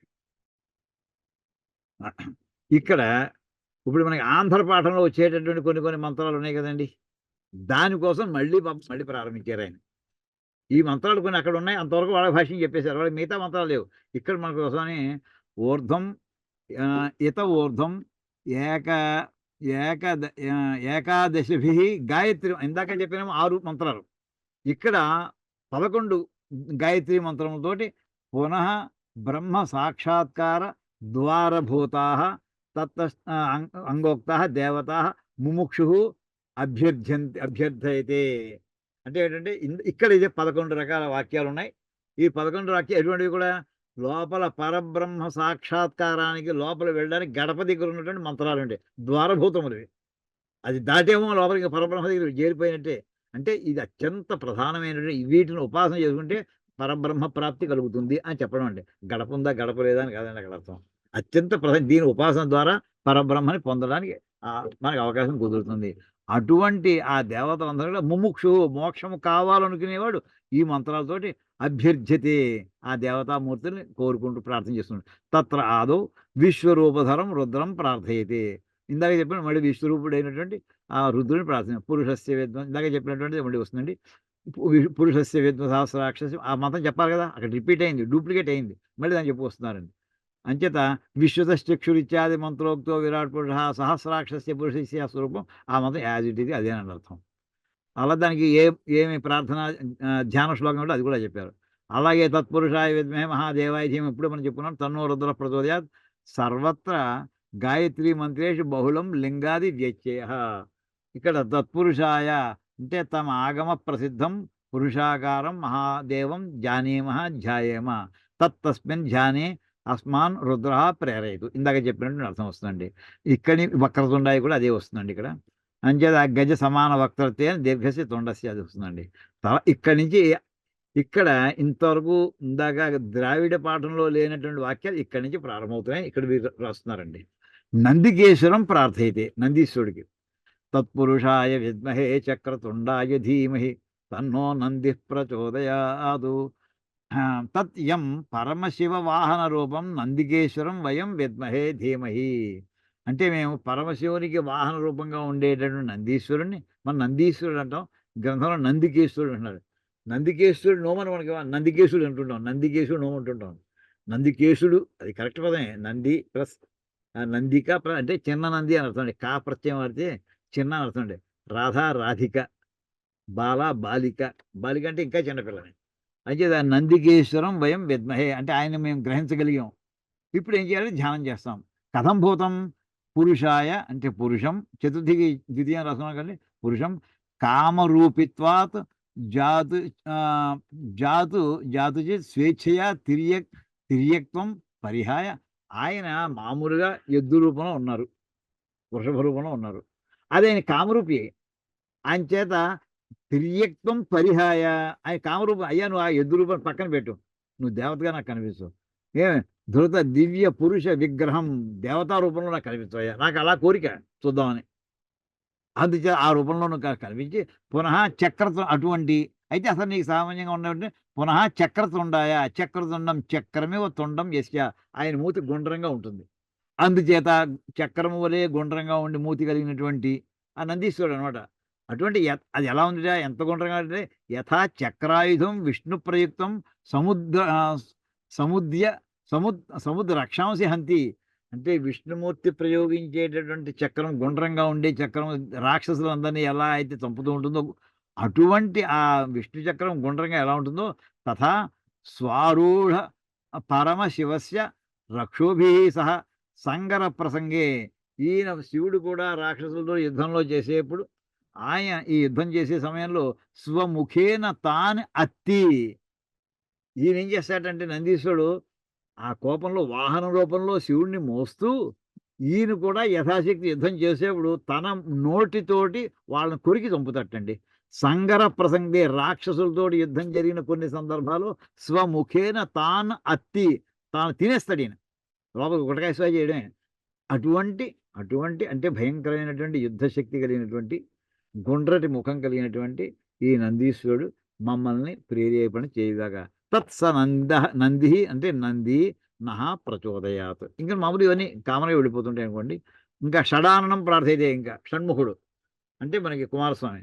తత్పురుషాయ విద్మహే మహాసేనాయ ధీమహి తన్న షణ్ముఖ ప్రచోదయాత్. తత్ యం వయం విద్మహే ధీమహి మాకు ఈయన గురించి కూడా మేము గ్రహించగలిగాం, మహాసేనుని కూడా గ్రహించగలిగాం. అంచేత ధ్యానం చేసుకుంటాం. ధీమహి తత్ స షణ్ముఖ తిలకస్వామి తిలకాంతిం స్వామి నహా ప్రచోదయాత్. ఈయనకి తిలకము ధరించేటటువంటి ఒక రూపం అంట. అటువంటి ఈ స్వామి మమ్మల్ని ప్రచోదనం చేయుగాక. అంటే ఎం కథంభూతం ఎటువంటి వాడినా పురుషాయ అంటే పురుషం, అనయ అంటే అంతర్యామితయ సమస్తమైనటువంటి జీవుల్లోనూ లోపల సర్వాసు పురుషు పూర్ణత్వ సమస్తమైనటువంటి పురుషుల్లోనూ సంపూర్ణంగా వ్యాపించి ఉండేటటువంటి తత్పురుషాయ అంటే పురుష అనే శబ్దానికి సమస్తమైన జీవుల్లోనూ వ్యాపించి ఉండేటటువంటి అని అర్థం చెప్పారండి. ఇది అన్నిటికీ వర్తిస్తుంది. ఇది ఇక్కడ ఒకదానికే కాదు, ఇంకో భిన్న అర్థం ఇక్కడ తీసుకొచ్చారండి వ్యుత్పత్తి. మహాసేనాయ మహతి దేవసేన యస్య తస్మై చాలా గొప్పదైనటువంటి దేవతా సైన్యం.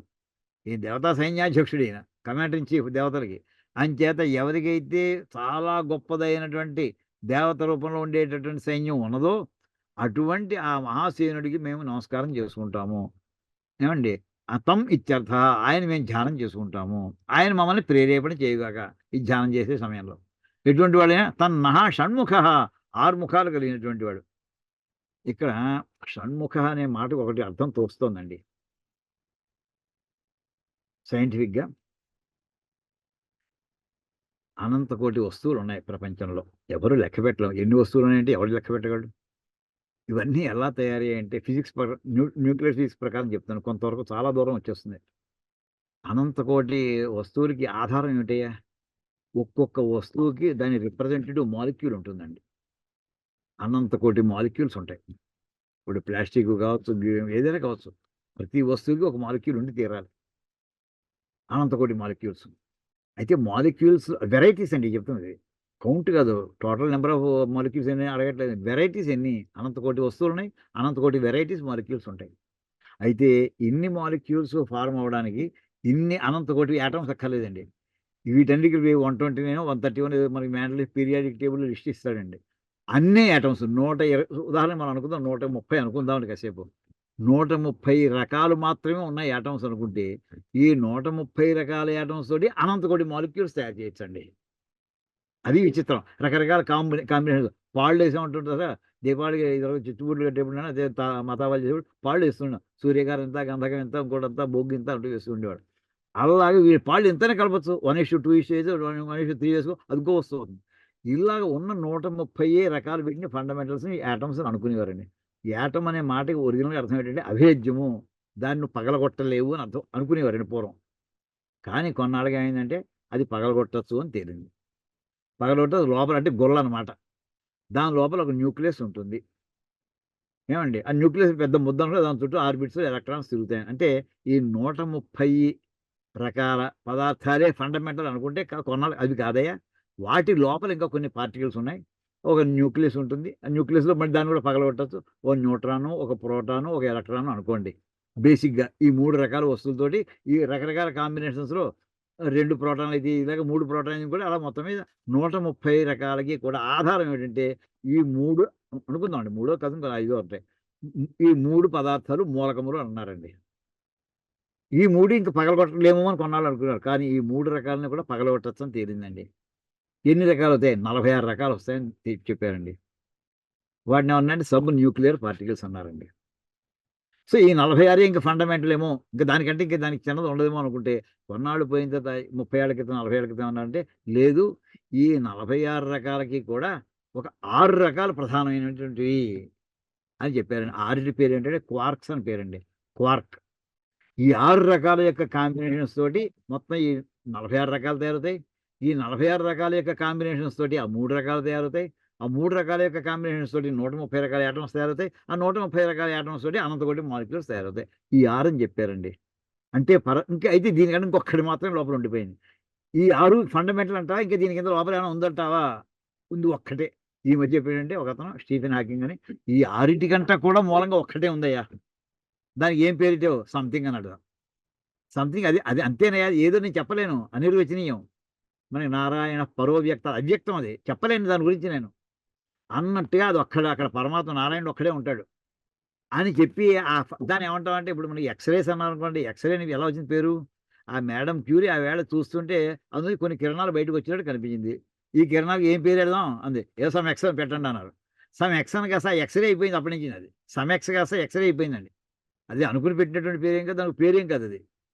అలాగే దీని సంథింగ్ అనేటువంటి అక్కడ దానికి సంథింగ్ అనేది అంటే మనం ఏదైతే పరబ్రహ్మం అని చెప్పుకుంటామో దానికి పై లెవెల్లోకి వచ్చేవాడికి షణ్ముఖ తన్న షణ్ముఖ ప్రచోదయాతు, ఇంకా ఒక్కటే లెవెల్ అంతే దాని కింద పరమాత్మే. ఆ స్థాయి వరకు తీసుకెళ్ళిపోతాడేమో ఈ షణ్ముఖుడు. అందుకోసం ఉపాసన. ఈయనకి మిగతా వాళ్ళందరూ సైన్యమే. ఆయన అంటే ఇందాక చెప్పినటువంటి ఇందాక మా సబ్ న్యూక్లియర్ పార్టికల్స్ అనండి, పైన ఉన్నటువంటి ఎలక్ట్రాన్స్, ప్రోటాన్, న్యూట్రాన్ అవన్నీ కూడా ఈ సైన్యంలో అంతర్భాగాలు అవి. ఆ రకమైన దేవసైన్యం. దేవత అంటే ప్రకాశించే లక్షణాలు ఉన్నాయి వాటన్నిటి కూడా.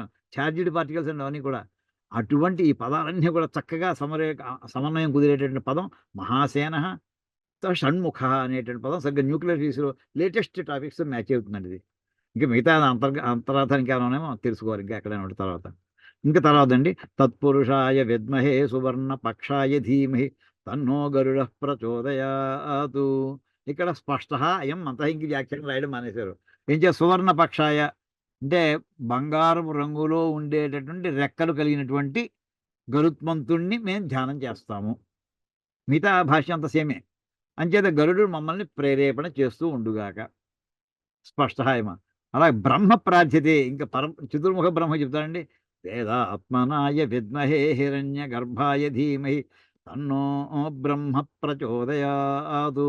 తద్బ్రహ్మ అంటే పుణ్యాపుణ్యేషు కర్మసు ప్రేరయతి. అంటే చతుర్ముఖ బ్రహ్మ మనం పుణ్యకర్మలు చేస్తే మనం లలాట లిఖితాలు మన నుదుటి మీద రాస్తాడంటారు. ఎలా రాస్తాడు? మన చిట్టావర్జాలు చూసి వీడు ఎంత ధర్మం చేశాడు, ఎంత అధర్మం చేశాడు, ఆ ధర్మాన్ని బట్టి పుణ్యం వస్తుంది, అధర్మాన్ని బట్టి పాపం వస్తుంది. పుణ్యాపుణ్యేషు కర్మసు ప్రేరయతి. 2 రకాల పనులు చేసుకోవడం ఆప్షన్ ఇచ్చేసాడు ఆయన. అటువంటి తద్వయం విద్మహే, ఆయన్ని మేము తెలుసుకుంటున్నాం, ఆయన్ని మేము ఆ రకంగానే ధ్యానం చేసుకుంటాం. గురుకులే క్లిష్టా వేదాంత శ్రవణాదిన జానీమహే. అటువంటి ఈ బ్రహ్మని ఎలా తెలుసుకుంటారయ్యా? ఇందాక అంతం తెలుసుకున్నట్టుగా ఎలా తెలుసు చెప్పలేదు. ఇక్కడ బ్రహ్మగారు మాత్రం చెప్తున్నారండి.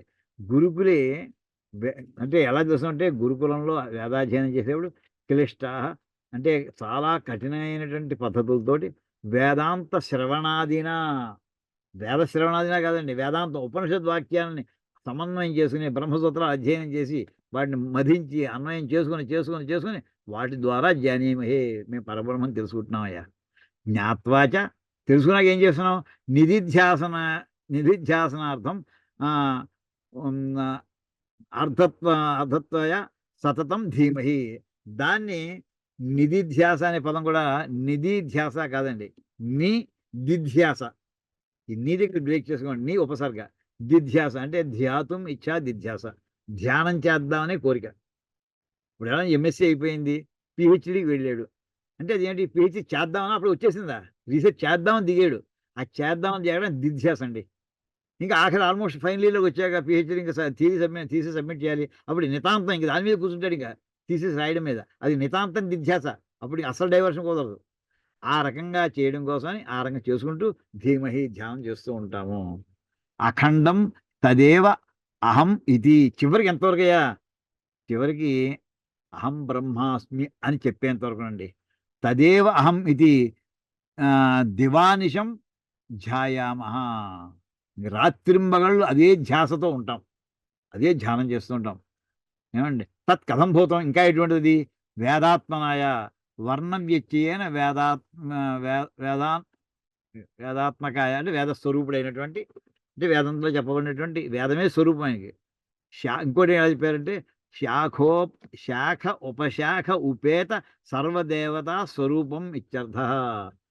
శాఖలు ఉపశాఖలు అంటే ఇప్పుడు వేదములు నాలుగు నాలుగు శాఖలు.